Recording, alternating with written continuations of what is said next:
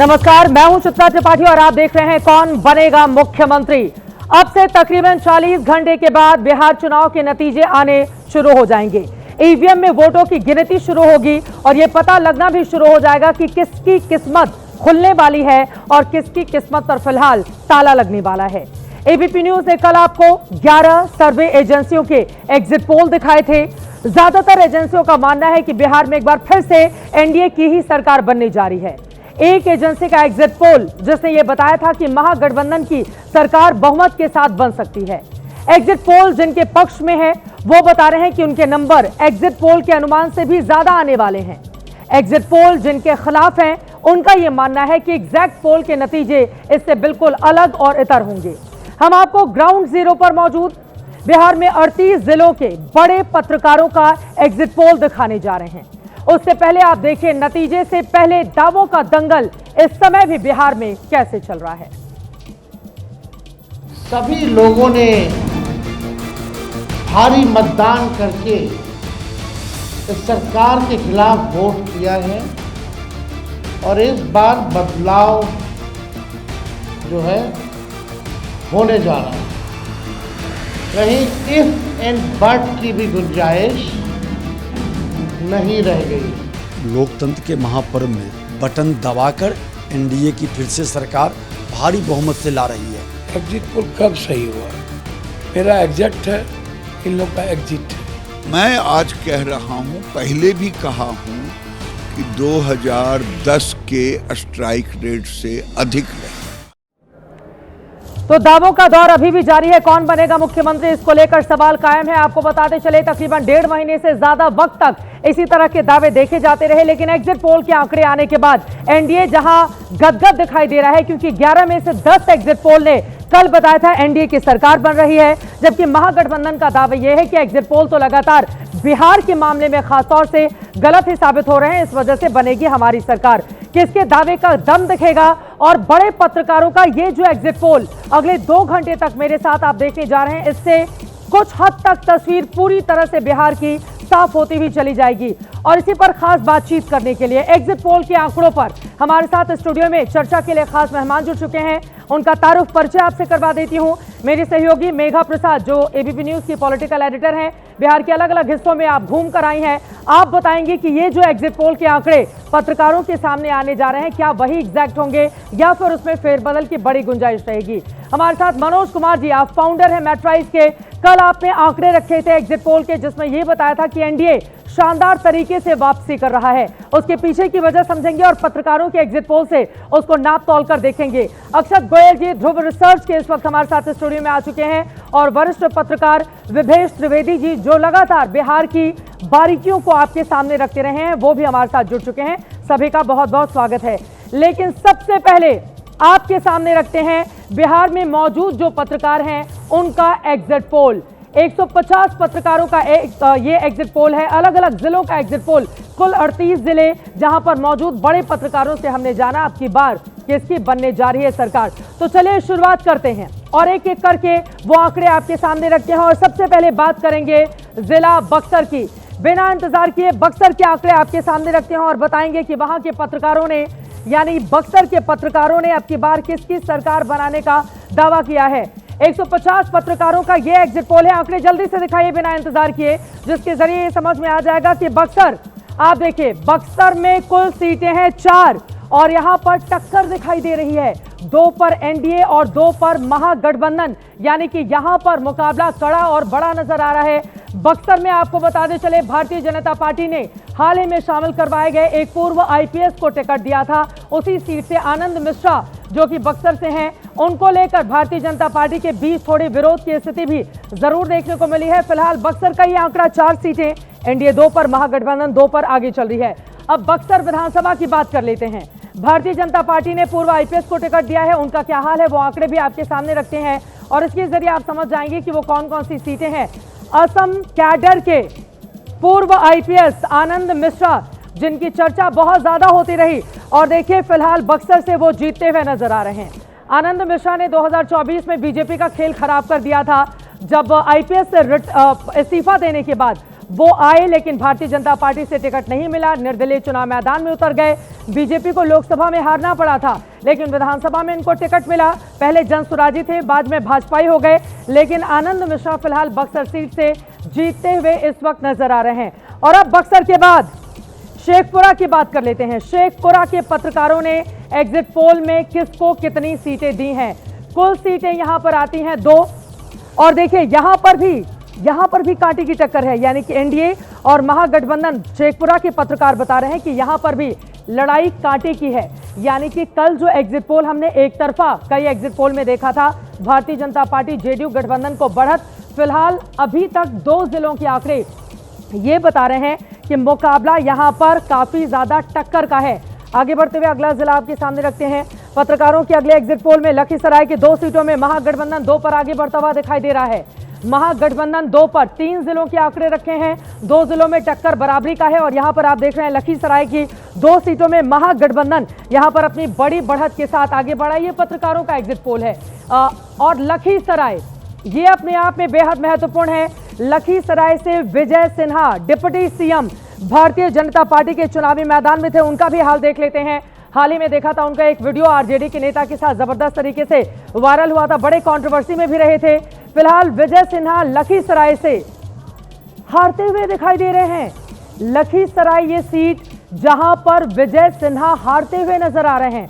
अब विजय सिन्हा और भारतीय जनता पार्टी के लिए खुद डिप्टी सीएम अगर अपनी सीट नहीं बचा पा रहे हैं तो फिर यहां पर उनके लिए, और ये आपको बताते चले, ये जो आंकड़ा आपको दिखा रहे हैं, ये आंकड़ा वहां के लोकल पत्रकारों की राय के आधार पर तैयार किया गया है। और अब आगे बढ़ते हुए विजय सिन्हा का हाल आपने देख लिया है, बेगूसराय लेकर चलते हैं। गिरिराज सिंह का ये जिला है और जिला बेगूसराय में 7 सीटें महागठबंधन 5 पर अपनी बढ़त बनाता हुआ नजर आ रहा है, यानी कि यहां पर भी एनडीए गठबंधन के लिए बहुत अच्छी स्थिति नहीं है। आपको बताते चले कुछ सीटें एलजेपीआर के खाते में जाने के बाद यहां पर जो स्थानीय बीजेपी के कार्यकर्ता थे वो बड़े नाराज नजर आ रहे थे। फिलहाल 7 सीटों में से 5 पर महागठबंधन जबकि 2 पर एनडीए यहां पर अपनी बढ़त बनाता हुआ दिखाई दे रहा है। बेगूसराय जो ये माना जाता है, बेगूसराय एक तरीके से लोकसभा के चुनाव में गढ़ भारतीय जनता पार्टी का, लेकिन विधानसभा 2025 में महागठबंधन 5 और एनडीए 2। और इस तरह से हमने अलग अलग आपको तस्वीर दिखाई, अलग अलग जिलों की आपके सामने, बक्सर रखा, शेखपुरा, लखीसराय, बेगूसराय, और इसमें जिस तरह की स्थिति बनी हुई है महागठबंधन के लिए, पत्रकारों का ये एग्जिट पोल बता रहा है महागठबंधन फिलहाल इन 5 जिलों में आगे बढ़ता हुआ, कुछ जगहों पर बड़ी टक्कर है। अब जल्दी से एक एक टिप्पणी, सबसे पहले मेघा आपसे ही शुरुआत करते हुए, ये तो अलग अलग हिस्सों में आप भी होकर आई हैं, यहाँ तो कड़ी और बड़ी टक्कर दिखाई दे रही है। देखिए, हम अभी ऐसे सीटों और ऐसे ही जिलों की बात कर रहे हैं चित्रा, जहां पर एनडीए अलायंस में कुछ प्रॉब्लम्स थी। जैसे आप बेगूसराय की बात कर रहे हैं और वहां पर बढ़त बीजेपी को या एनडीए अलायंस को नहीं दिख रही है, उसकी एक बहुत बड़ी वजह गिरिराज सिंह जी हैं। गिरिराज सिंह जी ने उस वक्त भी अपनी नाराजगी दिखाई थी जब सीट डिस्ट्रीब्यूशन, टिकट डिस्ट्रीब्यूशन हो रहा था, और आपको भी याद होगा, मैं उनके घर पे भी थी, कितने नाराज थे वो। नाराजगी इसलिए थी क्योंकि उनके जो प्रत्याशी थे जिन्हें वो चाहते थे कि मिले टिकट, बीजेपी की तरफ से टिकट मिले, वो 2 सीटें एलजेपी के खामे में चली गई थी। उस बात से नाराजगी थी, उन्होंने टिप्पणी भी की थी उस वक्त चिराग पासवान के ऊपर, और क्या उनकी स्ट्राइक रेट का जो क्लेम है उसके ऊपर भी उन्होंने कुछ बातें लिखी थी ट्विटर के ऊपर, जिसे उन्होंने डिलीट नहीं किया। वो खड़े रहे, सहमत रहे अपनी बातों से, वो लगातार अपनी नाराजगी उन्होंने दिखाई। तो ये हो सकता है कि वहां के जो काडर हैं, जो एनडीए के काडर हैं, जो गिरिराज जी का वहां वर्चस्व है, उन लोगों ने साथ नहीं दिया होगा, ये हो सकता है। लोगों ने एलजेपीआर का साथ नहीं दिया, आप ये कह रही हैं। ये देखिए, जिस तरीके की एग्जिट आप दिखा रहे हैं, या हम लोग आज एग्जिट दिखा रहे हैं, और ये कोई एसोसिएशन या एजेंसी नहीं, ये हमारे पत्रकार है, वहां के लोकल पत्रकार हैं, जमीनी हालत उनसे बेहतर और कोई नहीं समझता। हारते हुए दिखाई दे रहे हैं लखीसराय में। चित्रा, अगर आपको याद होगा कि जिस दिन पोलिंग हो रही थी उस दिन सुबह में विजय सिन्हा जी के 2 स्टेटमेंट आए थे, और उन्होंने इनफैक्ट अपने ही सरकार के ऊपर तंज कसा था और कहा था कि कैसी लचर व्यवस्था है यहाँ कानून व्यवस्था, जब क्योंकि उनकी गाड़ी को रोककर पथराव किया गया था। तो आप ये देखिए, यहाँ तो प्रॉब्लम्स पहले ही दिख रही थी। अभी आप जो नंबर्स बता रही, वो उस बात को सब्सटैंशिएट कर रहा है कि हाँ, यहाँ प्रॉब्लम्स थी और शायद ये रिजल्ट्स और वो तरह के रिजल्ट में मनोज जी जल्दी से एक टिप्पणी आपकी। आपने तो बिल्कुल क्लीन स्वीप दिखा दिया, यहाँ पर तो डिप्टी सीएम की भी कुर्सी खतरे में नजर आ रही है। विजय सिन्हा की जिसकी बात कर रही हैं कि उनकी सीटों खतरे में है, आप उनके हर इलेक्शन में देखेंगे कि चुनाव के दरमियान उनका इस तरह का नाटक होता रहा है और हमेशा वो तगड़े फाइट में पड़े हुए थे। पिछले भी आप चुनाव में देखेंगे अंतोगत्वा वो जीत कर आते हैं। हमारे आंकड़े में बहुत टफ फाइट है, लेकिन वो निकलते हुए दिख रहे हैं। पत्रकारों का एक अपना आकलन है, मेरा एक अपना आकलन है, लेकिन जहां पे आप अभी तक गए हैं बता रहा है कि निकल जाएंगे, निकल जाएंगे, अंतोगत्वा निकल जाएंगे। खबरी आ गई, वरना टीवी देख रहे होंगे अभी से परेशानी परसों सुबह तक की उनके लिए बन जाती। जी जी जी। और रही बात की बेगूसराय का, तो बेगूसराय का सीटों पे जिस तरीके से टफ दिखा रही है, हमारे आंकड़े में भी वैसे आए हैं, लेकिन मुझे लग रहा है कि वहां पे 2 सीटें एनडीए के फोल्डर में आना चाहिए, 1 सीट मेरे पास कम आ रहा है। तो ये आंकड़े हैं, अनुमान हमारे भी नहीं है, आपके भी अनुमान नहीं है, लेकिन ये चीजें आ रही हैं। होता क्या है कि आप दिल्ली के चुनाव को याद रखें कि सौरभ भारद्वाज के लिए सबका ये मानना था कि वो चुनाव जीत रहे हैं और अतिशी चुनाव हार रही हैं, लेकिन जब रिजल्ट आया तो बगल की सीटें वो निकल जाती है। तो ऐसा होता है एग्जिट पोल के आंकड़ों में। ठीक है, लेकिन ये लोकल पत्रकारों का एग्जिट पोल है जो वहां पर लगातार काम कर रहे थे, जो मूलतः बिहारी हैं, उनका ये एग्जिट पोल आपके सामने रख रहे हैं। और अब आगे बढ़ते हुए बिना देर किए अगले आंकड़े पर चलते हैं और आपको लेकर चलते हैं अब जिला मधेपुरा। मधेपुरा का आंकड़ा दिखाइए। मधेपुरा में कुल आती हैं 4 सीटें और मधेपुरा का यह हिस्सा बता रहा है 4 सीटों में से 2 पर एनडीए, 1 पर महागठबंधन और 1 ऐसी सीट है जो किसी के भी खाते में जा सकती है, यानी कि कड़ी टक्कर मधेपुरा की 1 सीट पर दिखाई दे रही है। वो महागठबंधन के साथ भी जुड़ सकती है, वो भारतीय जनता पार्टी गठबंधन के साथ भी जुड़ सकती है। मधेपुरा की 4 में से 2 एनडीए, 1 पर महागठबंधन, 1 पर कड़ी टक्कर दिखाई जा रही है। और अब आगे बढ़ते हुए सबसे ज्यादा चर्चित जिले सिवान की बात करेंगे। सिवान, आप देखिए, मोहम्मद शहाबुद्दीन का एक वक्त पर गढ़ रहा था। सिवान में कुल 8 सीटें हैं, महागठबंधन 5 पर, सिवान में महागठबंधन 5 पर बढ़त बनाए हुए हैं। एनडीए सिर्फ 2 सीटों पर, यहीं पर जाकर ओसामा को लेकर, जो कि आरजेडी के कैंडिडेट हैं, शहाबुद्दीन के बेटे हैं, उनको लेकर योगी आदित्यनाथ की ओर से तंज कसा गया था कि नाम में ही जब ओसामा है तो करनी इनकी किस तरीके की होगी। उस सिवान में आप देखिए, जो उत्तर प्रदेश से सटा हुआ बिल्कुल हिस्सा है, उस सिवान में महागठबंधन 5 पर, एनडीए 2 पर और सिर्फ 1 सीट ऐसी है जिस पर कड़ी टक्कर इस वक्त देखने को मिल रही है। अब जरा सिवान में मंगल पांडे जो स्वास्थ्य मंत्री रहे थे, उनको भारतीय जनता पार्टी ने उतारा था मैदान में। जल्दी से स्वास्थ्य मंत्री का क्या स्वास्थ्य है आंकड़ों के गणित में, वो भी आपके सामने रखते हैं। तो मंगल पांडे सिवान में भारतीय जनता पार्टी के कैंडिडेट, और अब जल्दी से बताइए हार रहे हैं या जीत रहे हैं मंगल पांडे, जिनको लेकर, और मंगल पांडे हारते हुए नजर आ रहे हैं। मंगल पांडे स्वास्थ्य मंत्री रहे, वो हारते हुए नजर आ रहे हैं। सिवान में मंगल पांडे को चुनावी मैदान में, अपने तमाम दिग्गजों को चुनावी मैदान में भारतीय जनता पार्टी की ओर से उतारा गया और मंगल पांडे सिवान से भारतीय जनता पार्टी के बड़े चेहरे हैं, वो हारते हुए नजर आ रहे हैं। मंगल पांडे के ऊपर प्रशांत किशोर ने भी तमाम तरह के तंज कसे थे, उनके ऊपर भ्रष्टाचार के आरोप लगाए थे। फिलहाल अब आगे बढ़ते हुए आपको दिखा देते हैं, रघुनाथपुर सीट से ओसामा चुनावी मैदान में थे और ये जीतते हुए नजर आ रहे हैं। मोहम्मद शहाबुद्दीन के बेटे ओसामा, जिनको लेकर भारतीय जनता पार्टी का एक अलग तरह का कैंपेन चला था, शहाबुद्दीन का नाम बार बार लेते हुए। फिलहाल ओसामा रघुनाथपुर से आरजेडी के जो कैंडिडेट हैं वो इस वक्त जीतते हुए नजर आ रहे हैं। तो रघुनाथपुर से ओसामा आरजेडी के आगे चल रहे हैं, बाहुबली शहाबुद्दीन के बेटे हैं वो आगे चल रहे हैं। लेकिन दूसरी तरफ सिवान जिले से, सिवान जो विधानसभा सीट है, मंगल पांडे वहां से फिलहाल पीछे चल रहे हैं। अब बिना देर किए अगले जिले की ओर लेकर चलते हैं आपको, और अब बात कर लेते हैं मधेपुरा और सिवान के बाद आपके सामने रखते हैं रोहतास की सीट। रोहतास में देखिए, रोहतास के पत्रकार बता रहे हैं, रोहतास में कुल 7 सीटें आती हैं, एनडीए 1 पर, महागठबंधन 3 पर, जबकि 3 पर रोहतास में कड़ी टक्कर इस वक्त देखने को मिल रही है। कुल 7 सीटें हैं जिनमें 1 पर सिर्फ एनडीए, महागठबंधन रोहतास में भी सिवान की तरह ही अपना दबदबा कायम रखता हुआ दिखाई दे रहा है, जबकि एनडीए 1 पर, 3 पर कड़ी टक्कर है, 3 पर कड़ी टक्कर है रोहतास की इन कुल 7 सीटों पर। और अब जल्दी आपको 2 वीआईपी कैंडिडेट के बारे में जानकारी रखते हैं आपके सामने। सासाराम से स्नेहलता कुशवाहा आरएलएम की उम्मीदवार हैं, वो क्या आगे चल रही हैं या वो पीछे चल रही है? स्नेहलता कुशवाहा, आपको बताते चले, उपेंद्र कुशवाहा की पत्नी हैं, वो हारती हुई दिखाई दे रही हैं सासाराम से। सासाराम से कौन बनेगा मुख्यमंत्री का कार्यक्रम भी हमने किया था, वहां पर बीएसपी के उम्मीदवार ने बहुत हंगामा करने की कोशिश की थी हमारे कार्यक्रम में, क्योंकि ये कहते हुए कि हम बड़े दमदार कैंडिडेट हैं। फिलहाल स्नेहलता कुशवाहा सासाराम से उपेंद्र कुशवाहा की पत्नी हैं, वो फिलहाल हारती हुई नजर आ रही है। इनके ऊपर बाहरी होने के आरोप स्थानीय नेताओं की ओर से लगाए गए थे कि बाहर से लाकर कैंडिडेट यहां पर क्यों दे दिया गया है। और अब आपको लेकर चलते हैं करघर। रितेश पांडे जनसुराज के हैं और करघर से हारते हुए नजर आ रहे हैं रितेश पांडे। आपको बताते चले करघर जो कि गृह क्षेत्र है इनके मुखिया जनसुराज के मुखिया प्रशांत किशोर का, वहां से रितेश पांडे जो सिंगर भी हैं एक्टर भी हैं वो चुनावी मैदान में थे। लेकिन ये सीट जनसुराज जो वीवीआईपी सीट एक तरह से रितेश पांडे के आने के बाद बन गया था, लेकिन यहां से रितेश पांडे हारते हुए नजर आ रहे हैं। जनसुराज के भोजपुरी फिल्मों के एक्टर हैं, गायक हैं। पत्रकार पोल में इस सीट पर बीएसपी जीत सकती है। करघर सीट कहा जा रहा है, पत्रकारों ने जो वहां से पोल करके हमें भेजा है, इस सीट पर बीएसपी यानी कि मायावती की पार्टी को जीत मिल सकती है। और अब आपको लेकर चलते हैं जल्दी से पत्रकारों के एग्जिट पोल में। औरंगाबाद भी अपने आप में बेहद महत्वपूर्ण सीट है क्योंकि कुल 6 यहां पर विधानसभा की सीटें हैं, वो आंकड़े भी आपके सामने रखते हैं। औरंगाबाद में कुल 6 सीटें हैं। यहां पर देख लेते हैं कि किसमें कितनी बड़ी टक्कर और कौन यहां पर आराम से जीतता हुआ नजर आ रहा है। अपनी इस बड़ी सी स्क्रीन पर औरंगाबाद के आंकड़े आपके सामने रखेंगे और औरंगाबाद में आप देख रहे हैं 6 में से 2 पर एनडीए। महागठबंधन 3 सीटों को जीता हुआ नजर आ रहा है, कड़ी टक्कर 1, यानी कि औरंगाबाद में भी महागठबंधन का दबदबा इस वक्त देखने को मिल रहा है।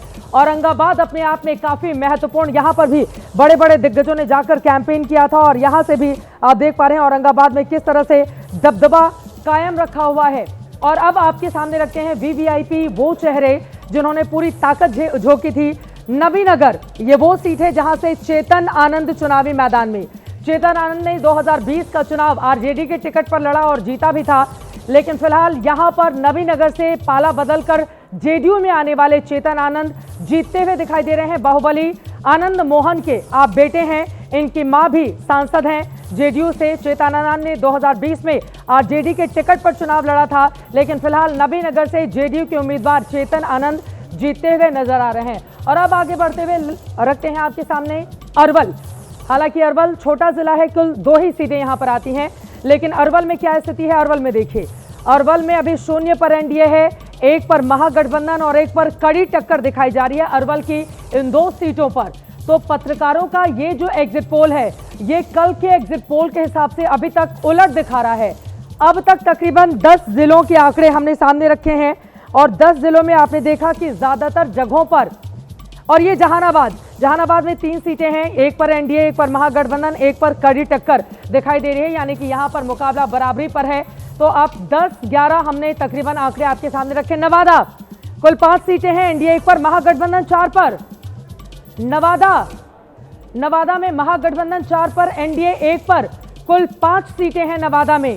अपने आप में अब तक का जो एग्जिट पोल आया है पत्रकारों का, वो तो कल के एग्जिट पोल के हिसाब से अभी तक जो आंकड़े हमने रखे हैं आपके सामने, अभी तक ये बता रहा है कि महागठबंधन का कैसे दबदबा है। ये लोकल पत्रकारों का एग्जिट पोल है जो इस वक्त हम आपके सामने रख रहे हैं। अब जल्दी से वो वीवीआईपी चेहरे भी इन तमाम इलाकों के आपके सामने रख लेते हैं और सबसे पहले बात कर लेते हैं अरुणा देवी की। अरुणा देवी वारिसलीगंज से अरुणा देवी उम्मीदवार हैं, लेकिन भारतीय जनता पार्टी की ये उम्मीदवार पीछे चल रही हैं, यानी कि ये चुनाव हार सकती हैं। वारिसलीगंज से चुनाव हार सकती हैं। बाहुबली अखिलेश सिंह की पत्नी इनके खिलाफ, दूसरे बाहुबली अशोक महतो की पत्नी आरजेडी से वहां पर चुनावी मैदान में है। तो यहां पर भारतीय जनता पार्टी की अरुणा देवी चुनावी हार सकती हैं। ये बड़ी जानकारी, बड़ी खबर निकलकर सामने आई है। तो कुल मिलाकर अब तक तकरीबन 11 जिलों के आंकड़े आपके सामने रखे हैं और इन 11 जिलों में आप जल्दी से अक्षत गोयल आपकी टिप्पणी लेते हुए, अभी तक के ये एग्जिट पोल तो बता रहे हैं दबदबा देखने को मिल रहा है महागठबंधन का, या तो वो टक्कर दे रही है और या तो वो एनडीए के मुकाबले कहीं ज्यादा आगे नजर आ रही है। इसमें हम लोग को ऐसे भी देखना चाहिए, आपने जो भी मैक्सिमम अभी डिस्ट्रिक्ट दिखाए हैं, जहानाबाद हो गया, औरंगाबाद हो गया, भोजपुर का हो गया, इन सारे के सारे क्षेत्रों में 2020 चुनाव में और 24 चुनाव में एनडीए हार के आई थी। औरंगाबाद ज़िले के अंदर 6 सीटों में 2020 में एनडीए की 0 सीटें आई थी। तो मैं इसको ऐसे देख रहा हूँ कि पत्रकार भी ये चीज़ देख रहे हैं कि पिछली बार से एक एनडीए यहाँ पर अपग्रेड करने वाली अपना सीट काउंट। भोजपुर में आपने कहा कि एनडीए 2 या 3 सीटों में आएगी, आगे आएगी। मुझे ऐसा दिख रहा है कि पत्रकार भी देख रहे हैं यहाँ से अब इंपॉर्टेंट बात क्या रहेगी, जो ऊपर वाला क्षेत्र रहेगा, अगर एनडीए वहां पर अपना इसके हिसाब से लॉस करती है तो फिर एक कांटे की टक्कर होगी। बट अभी तक जो देखने में लग रहा है कि जहां पर एनडीए की 0 सीटें आई थी वहां पर सीटें आ रही जल्दी से मैं बता देती हूँ, पत्रकारों के एग्जिट पोल में 243 में से 50 सीटों के आंकड़े हमने आपके सामने रखे हैं। 50 में से 14 पर एनडीए और महागठबंधन उससे दुगने पर 28 पर खड़ा हुआ दिखाई दे रहा है। 8 ऐसी सीटें हैं जहां पर कड़ी और बड़ी टक्कर है, और इसको अगर हम 4-4 में डिवाइड भी कर दें तो भी एनडीए काफी ज्यादा पीछे और महागठबंधन इन 50 अब तक के आंकड़ों में काफी ज्यादा आगे चला। अपनी बात जल्दी से कंप्लीट करें। मेरा बस पॉइंट यही था कि मैं तो यहाँ पर एक एनडीए का एक अपसाइड ही देख रहा हूँ।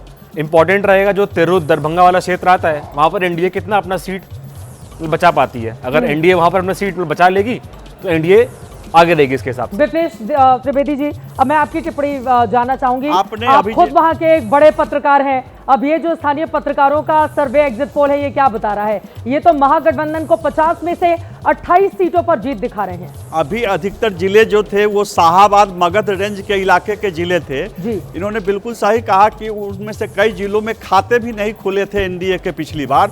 उन जिलों में जहानाबाद में खाता खुल रहा है, बक्सर में स्थिति पलट रही है, भोजपुर में स्थिति अच्छी हो रही है, रोहतास में अच्छी हो रही है, नवादा में अरुणा देवी अगर हार रही हैं तो एक दूसरे सीट पर जीत दिखाई जा रही है। तो ये कुल मिलाकर जो एनडीए को पूरे राज्य का जब मिलाया जाएगा तो वो जो बढ़त हो रही है वो फायदे के लिए है एनडीए के। आपको ये लग रहा है कि अभी आगे जब बढ़ेगा आंकड़ा तो ये परिवर्तित हो जाएगा, आप ये कहना चाह रहे हैं? क्या है इसके पीछे की बड़ी वजह? वहां पर अमित शाह फोकस किए थे शाहाबाद मगध रेंज पर। उन्होंने चिराग पासवान को भी लगाया था और उनका था कि जहां जहां मेरे खाते नहीं खुले वहां कुछ तो आए, तो उसमें वो सफल होते हुए दिख रहे हैं। बेगूसराय की आपने चर्चा की है, बेगूसराय में एक और घट रहा है एनडीए। 5 पर महागठबंधन, 2 पर बेगूसराय में एनडीए। पिछली बार भी बेगूसराय में 4 आया था, 5 हो रहा है, 1 बढ़ रहा है महागठबंधन का। तो ये तो एनडीए के लिए खतरे की बात है।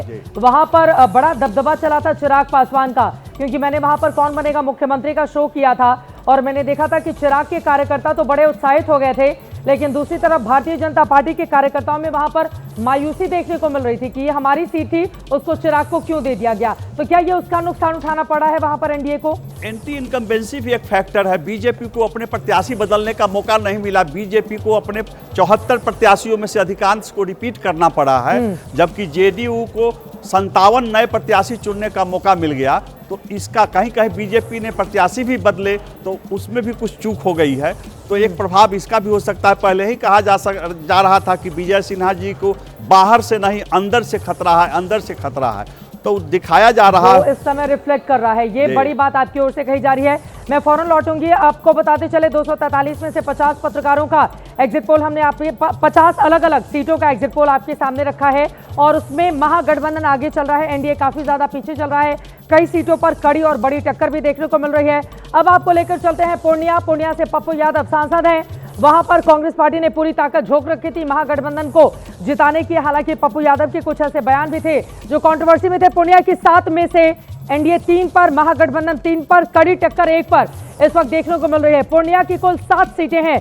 पूर्णिया में हाल ही में आपको बताते चले वहां पर हवाई अड्डा जिसका उद्घाटन प्रधानमंत्री नरेंद्र मोदी की ओर से किया गया। एक अच्छा खासा इलाका पूर्णिया, जहां पर 3 पर एनडीए, 3 पर महागठबंधन और 1 पर कड़ी टक्कर इस वक्त देखने को मिल रही है। और अब जल्दी से कुछ बड़े चेहरे आपके सामने रखते हैं। रुपौली सीट जो अपने आप में वीवीआईपी सीट इस बार मानी गई थी, रुपौली से बीमा भारती आरजेडी की उम्मीदवार थी। देखिए इनका आंकड़ा क्या कहता है, जीती हारते जीत रही हैं। रुपौली से बीमा भारती आरजेडी की उम्मीदवार वो फिलहाल जीती हुई नजर आ रही हैं। बाहुबली अवधेश मंडल की पत्नी हैं पूर्व मंत्री बीमा भारती, रुपौली से आरजेडी की जीतती हुई इस वक्त नजर आ रही हैं। और अब जल्दी से आपको लेकर चलते हैं सुपौल का आंकड़ा आपके सामने रखते हैं। सुपौल में आप देखिए, सुपौल में आती हैं कुल 150 पत्रकारों के एग्जिट पोल में कुल 5 सीटें हैं। एनडीए 4 पर, महागठबंधन 1 पर। सुपौल से कम एनडीए के लिए एक तरह से क्लीन स्वीप वाली स्थिति बन रही है। एनडीए 4 पर, महागठबंधन 1 पर सुपौल में दिखाई दे रहा है। कुल 5 यहां पर सीटें हैं जिसमें से एनडीए बाजी मारता हुआ नजर आ रहा है। और अब वीवीआईपी सीट पर आपको लेकर चलते हैं। सुपौल में आपको बताते चले विजेंद्र यादव, जिनकी काफी चर्चा हुई थी, बिहार के ऊर्जा मंत्री, अपने लिए कितनी ऊर्जा बटोर पाए हैं देख लेते हैं, जीत रहे हैं या फिर हार रहे हैं। विजेंद्र यादव सुपौल से जीतते हुए नजर आ रहे हैं। विजेंद्र यादव जेडीयू के बिहार के ऊर्जा मंत्री, ऐसा लग रहा है जनता ने वहां पर भर भर कर इनको ऊर्जा दी है। विजेंद्र यादव जीतते हुए नजर आ रहे हैं। और अब जल्दी से आपको लेकर चलते हैं, अलग अलग सीटों का हाल हम आपको दिखा रहे हैं। सुपौल पूर्णिया का दिखा दिया है। और अब बात करेंगे अररिया की। अररिया में कुल 6 सीटें आती हैं। अररिया में एनडीए 3 पर, महागठबंधन 2 पर, कड़ी टक्कर 1 पर। 6 में से एनडीए 3 पर, महागठबंधन 2 पर, कड़ी टक्कर 1 पर अररिया में इस वक्त देखने को मिल रही है। और अब कटिहार लेकर चलते हैं। कटिहार में कुल आती हैं 7 सीटें। कटिहार में 7 सीटें हैं, एनडीए 5 पर, महागठबंधन 2 पर। अब लग रहा है शुरुआती जो हमने आपको 15 मिनट आंकड़े दिखाए, उसके बाद ऐसा लग रहा है कि एनडीए यहां पर वापसी करता हुआ नजर आ रहा है। कटिहार में कुल 7 सीटें, एनडीए 5 पर, महागठबंधन 2 पर दिखाई दे रहा है। कटिहार अपने आप में एक वीवीआईपी सीट है, क्योंकि कटिहार से तारकिशोर प्रसाद भारतीय जनता पार्टी के, आपको बताते चले उनका आंकड़ा पहले सामने रखेंगे, उसके बाद शिवानी शुक्ला का आंकड़ा यहां पर देंगे। कटिहार अपने आप में बेहद महत्वपूर्ण, तारकिशोर प्रसाद भारतीय जनता पार्टी के बिहार के पूर्व डिप्टी सीएम। कटिहार में हमने कौन बनेगा मुख्यमंत्री का कार्यक्रम भी किया था। जीतते हुए तारकिशोर प्रसाद, यानी कि पूर्व डिप्टी सीएम तो बीजेपी के जीत रहे हैं। विजय सिन्हा मौजूदा डिप्टी सीएम लखीसराय से हारते हुए नजर आ रहे हैं। तारकिशोर प्रसाद कटिहार से जीतते हुए नजर आ रहे हैं, बिहार के पूर्व डिप्टी सीएम। और अब आपको लेकर चलते हैं किशनगंज, जहां पर सबसे ज्यादा 76% से ज्यादा मतदान हुआ है। बिहार में सबसे ज्यादा मतदान किशनगंज में हुआ है।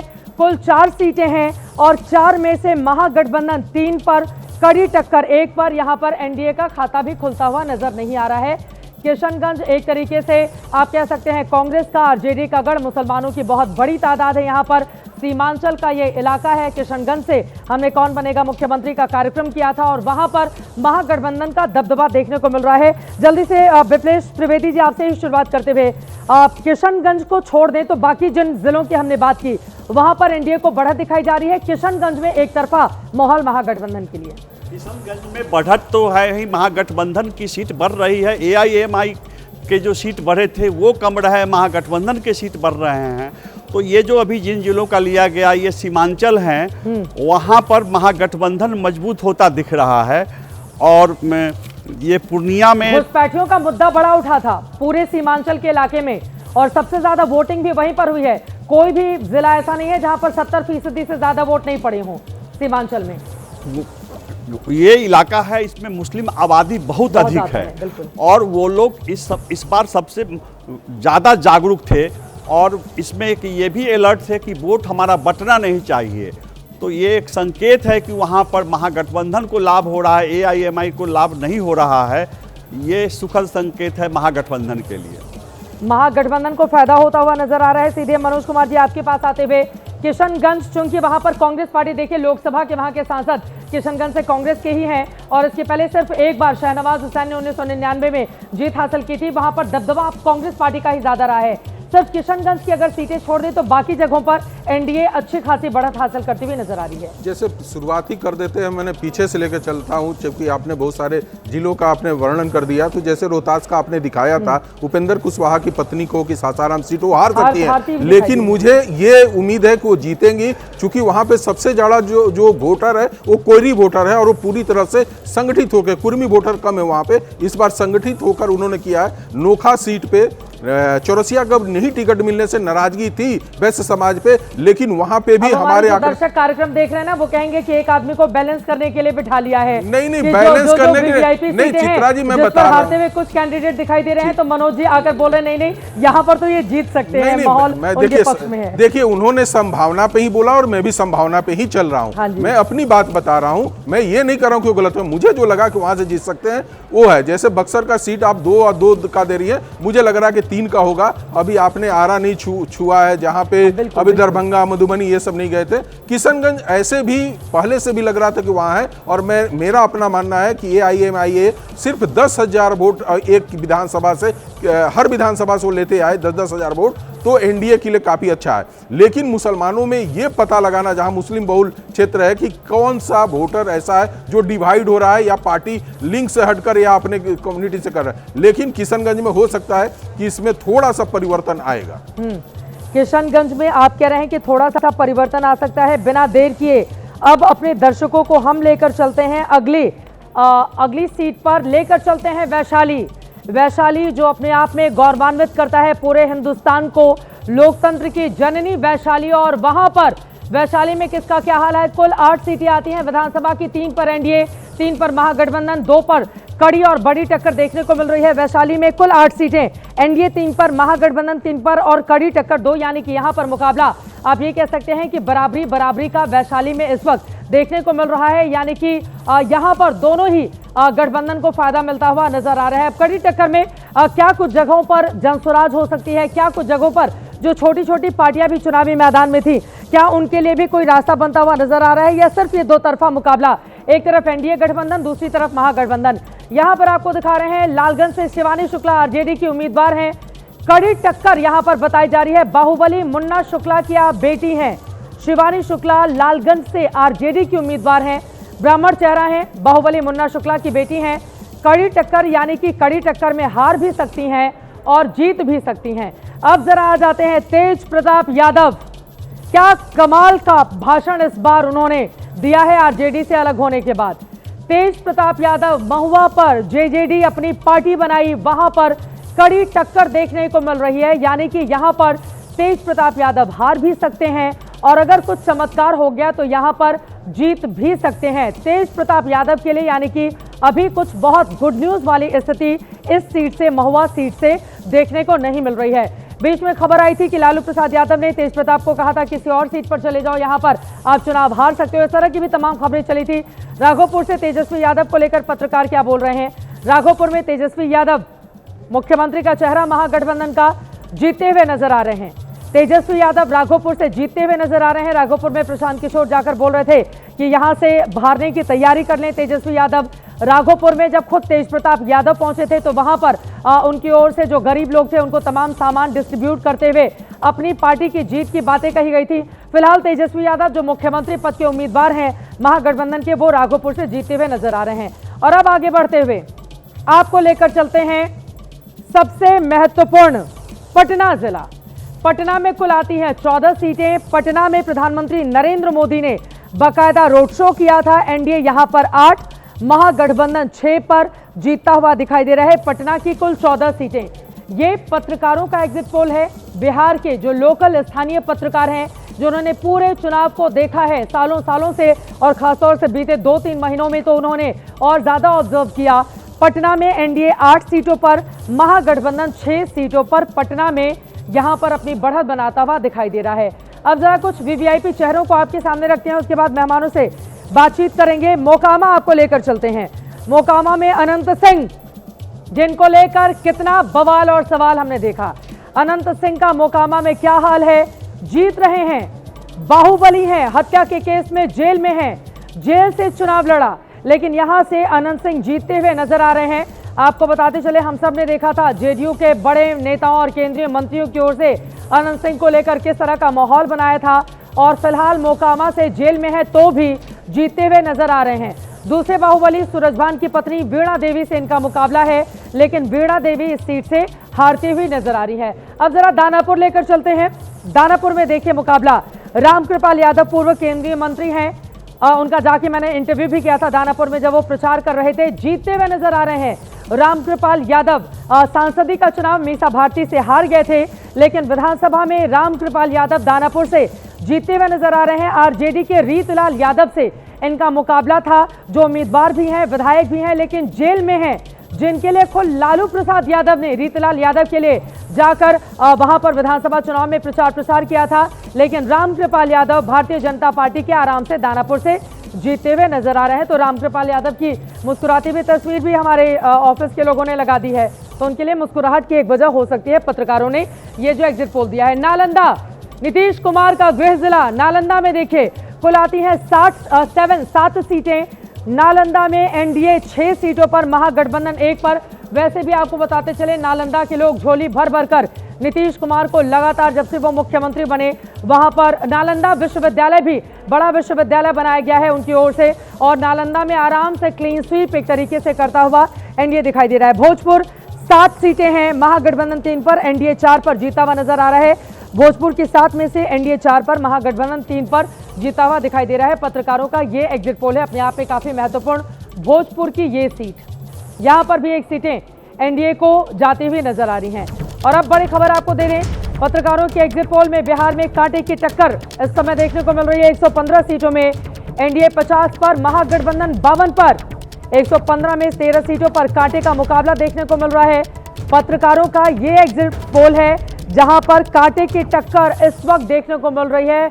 50 पर एनडीए, महागठबंधन 52 पर। मेघा, सीधे आपके पास आते हुए, मेघा, ये तो कल के एग्जिट पोल के बिल्कुल इतर जा रहा है पूरा का पूरा आंकड़ा। इतनी कड़ी और बड़ी टक्कर इस वक्त देखने को मिल रही है। चित्रा, मैं सोच रही हूँ कि फाइनल आंकड़े अभी बताने चाहिए या नहीं बताने चाहिए, लेकिन ठीक है, ये सस्पेंस बरकरार रखिए आप। देखिए, 10 कम से कम 11 एजेंसीज की पोल्स हमने कल एग्जिट पोल्स दिखाई थी। उसमें एक बात क्लियर थी कि बीजेपी जेडीयू के अलायंस को कम से कम 11 में से 10 ने बढ़त दिखाई थी।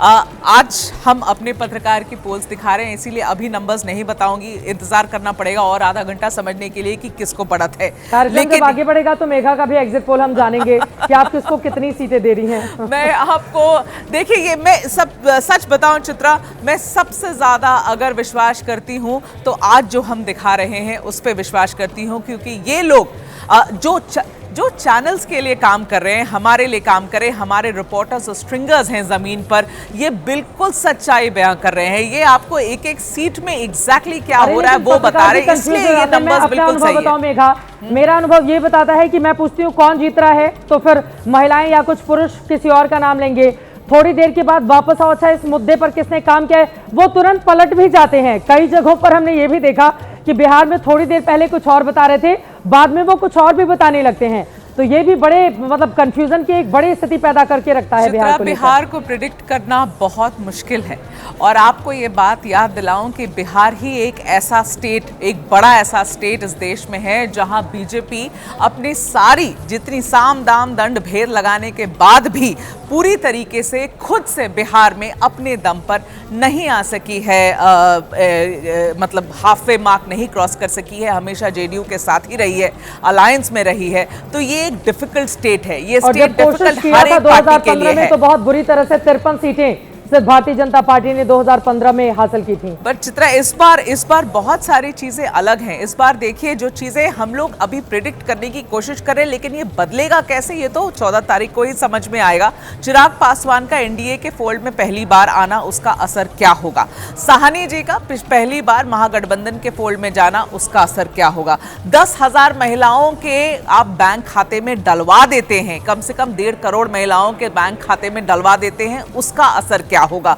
नीतीश कुमार जी के ऑलमोस्ट 20 साल की एंटी इनकम्बेंसी है या नहीं है, जो कि जमीन पर बहुत हम लोगों को नहीं दिखी, ये भी सच्चाई है और बहुत चौंकाने वाली बात है। चाहे जो हो, लेकिन नीतीश कुमार को लेकर नाराजगी देखने को नहीं मिली है, बहुत चौंकाने वाली बात है। लेकिन ये बिल्कुल सही बात है कि नीतीश कुमार जी के तरफ, जैसा पिछले साल 5 साल पहले जब ये चुनाव हुए तो नाराजगी बहुत ज्यादा थी, इस बार थी नहीं। उसकी वजह क्या हुई, आप बहुत क्लियरली नहीं समझ सकते। बहुत लोग कहते हैं कि सिंपैथी फैक्टर काम कर रहा है, लेकिन बहुत ये भी कह रहे हैं कि डेवलपमेंट हुआ है। तो मेरा ये कहना है चित्रा कि जो आंकड़े आज हम दिखा रहे हैं, ये सबसे ज्यादा इसी पर ध्यान दीजिएगा। शायद सच्चाई 14 तारीख को बहुत इससे सिमिलर या इससे करीब होगी। अक्षत की एक टिप्पणी ले लेती हूँ, ये तो एनडीए 50 पर, महागठबंधन 52 पर। अक्षत जी, कल तो हम बहुत क्लीन स्वीप दिखा रहे थे, 2 एग्जिट पोल तो बिल्कुल 2/3 बहुमत ही बता रहे थे एनडीए को। आज देखिए पत्रकारों का एग्जिट पोल आंकड़े को लट रहा है। तो काफी ये वाला एग्जिट पोल क्लोज फाइट दिखा रहा है। अभी जो आने वाले डिस्ट्रिक्ट्स हैं, अगेन मैं फिर से बोलना चाहूंगा कि तिरहुत, दरभंगा, किधर जाएंगे, क्या होता किधर जाएंगे, वो कहाँ जाएंगे, एनडीए की ओर जाएंगे, उसको देखना पड़ेगा। अगर वहां पर एनडीए के जो गेन्स थे पिछली बार के होल्ड रहेंगे तो शायद एनडीए। ये आंकड़ा बदला है, टोटल हमने किया है सारे जिलों का, अब तक जो आंकड़ा हमने दिखाया है 143 सीटों का आंकड़ा आपके सामने रखा। 66 पर एनडीए और 61 पर महागठबंधन, 16 पर कड़ी टक्कर है। जल्दी से आप अपनी बात पूरी कर दें। अगेन एनडीए अभी तक हम लोग देख रहे थे पीछे था, अभी आगे निकल गया एनडीए 5 सीटों से। मैं फिर से वेट करूंगा कि तिरहुत, दरभंगा में क्या हो रहा है, एनडीए का गढ़ रहा है पास्ट में, एनडीए कैसा करता है, उस पर पूरा पूरा डिपेंड करेगा। तो पिछली बार 2020 का जो एनडीए का चुनाव बचा था, वो सिर्फ तिरहुत के चक्कर में बच के आया था कि 50 सीटों में से कुछ एनडीए की 2/3 सीटें आई थी वहां पर। इस बार भी अगर कुछ ऐसा होता है, उसके आसपास होता है, तो एनडीए फिर अपना इलेक्शन बचा लेगा इस बार भी। ये बड़ी बातें आप कह रहे हैं। इसके पहले कि बाकी मेहमानों के पास जाएं, जल्दी से अब लेकर चलते हैं आपको अगले जिले में और लेकर चलते हैं आपको खगड़िया। खगड़िया में पत्रकारों का एग्जिट पोल क्या बताता है। कुल 4 सीटें वहां पर आती हैं, तो खगड़िया जिले में कुल 4 सीटें आती हैं। यहां पर एनडीए को 3 सीटें, महागठबंधन को 1 सीट खगड़िया जिले में जाती हुई नजर आ रही है। खगड़िया अपने आप में बेहद महत्वपूर्ण है। यहाँ पर दिग्गजों के बड़े बड़े रैली और रोड शो भी हुए थे। अब आपको लेकर चलते हैं मुंगेर। वहां पर भी हमने कौन बनेगा मुख्यमंत्री कार्यक्रम किया था। एनडीए 2 पर, कड़ी टक्कर 1 पर, महागठबंधन फिलहाल अभी इसमें खाता नहीं खुल रहा है। कड़ी टक्कर वाली सीटें अगर जीत लेता है तो खाता खुल सकता है। मुंगेर में कुछ लोगों ने मुंगेरी लाल के हसीन सपने भी देख रखे होंगे, किसका क्या होगा हाल ये देखना होगा। लेकिन फिलहाल यहाँ पर 3 में से 2 एनडीए और 1 पर कड़ी टक्कर।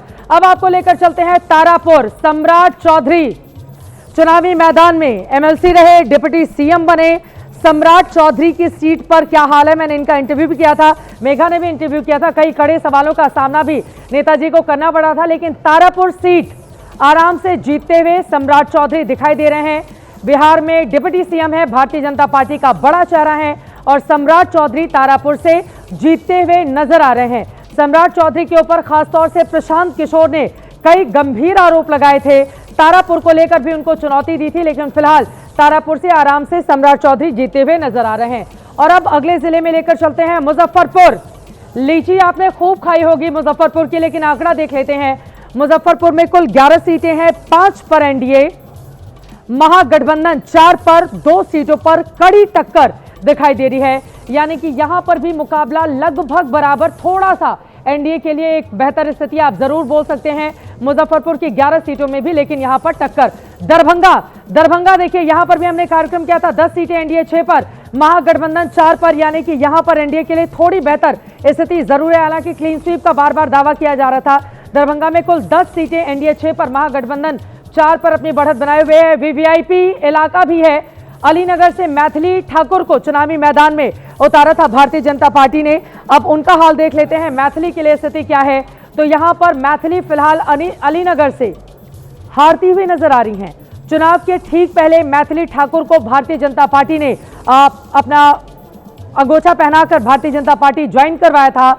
मैथिली ठाकुर लेकिन अलीनगर से हार रही हैं। और वैसे भी आपको बताते चले, आरजेडी का ये एक तरह से गढ़ कहा जा सकता है अलीनगर, और पिछली बार वीआईपी के खाते में गया था। इस बार एक ब्राह्मण चेहरे को चुनावी मैदान में आरजेडी ने उतारा है। तो फिलहाल मैथिली ठाकुर अलीनगर से हारती हुई नजर आ रही हैं इस समय अलीनगर, जो कि दरभंगा की एक वीवीआईपी सीट में से एक है। और अब आगे बढ़ते हुए बड़ी खबर पहले आपको देते हैं। पत्रकारों के एग्जिट पोल में फिलहाल अब एनडीए आगे निकल गया है। शुरुआत में एनडीए पीछे था, 143 में से एनडीए 66 पर, महागठबंधन 61 पर। 143 सीटों में 16 पर कांटे का मुकाबला देखने को मिल रहा है। पत्रकारों के एग्जिट पोल में एनडीए आगे निकल गया है, लेकिन अभी फाइनल आंकड़ा आना अभी बाकी है, क्योंकि 243 में से 143 के आंकड़े रखे आपके सामने। अभी पूरी 100 सीटों पर किसमें कितना टक्कर, किसमें कितना बड़ा और कड़ा मुकाबला, वो आंकड़े अभी आने बाकी हैं।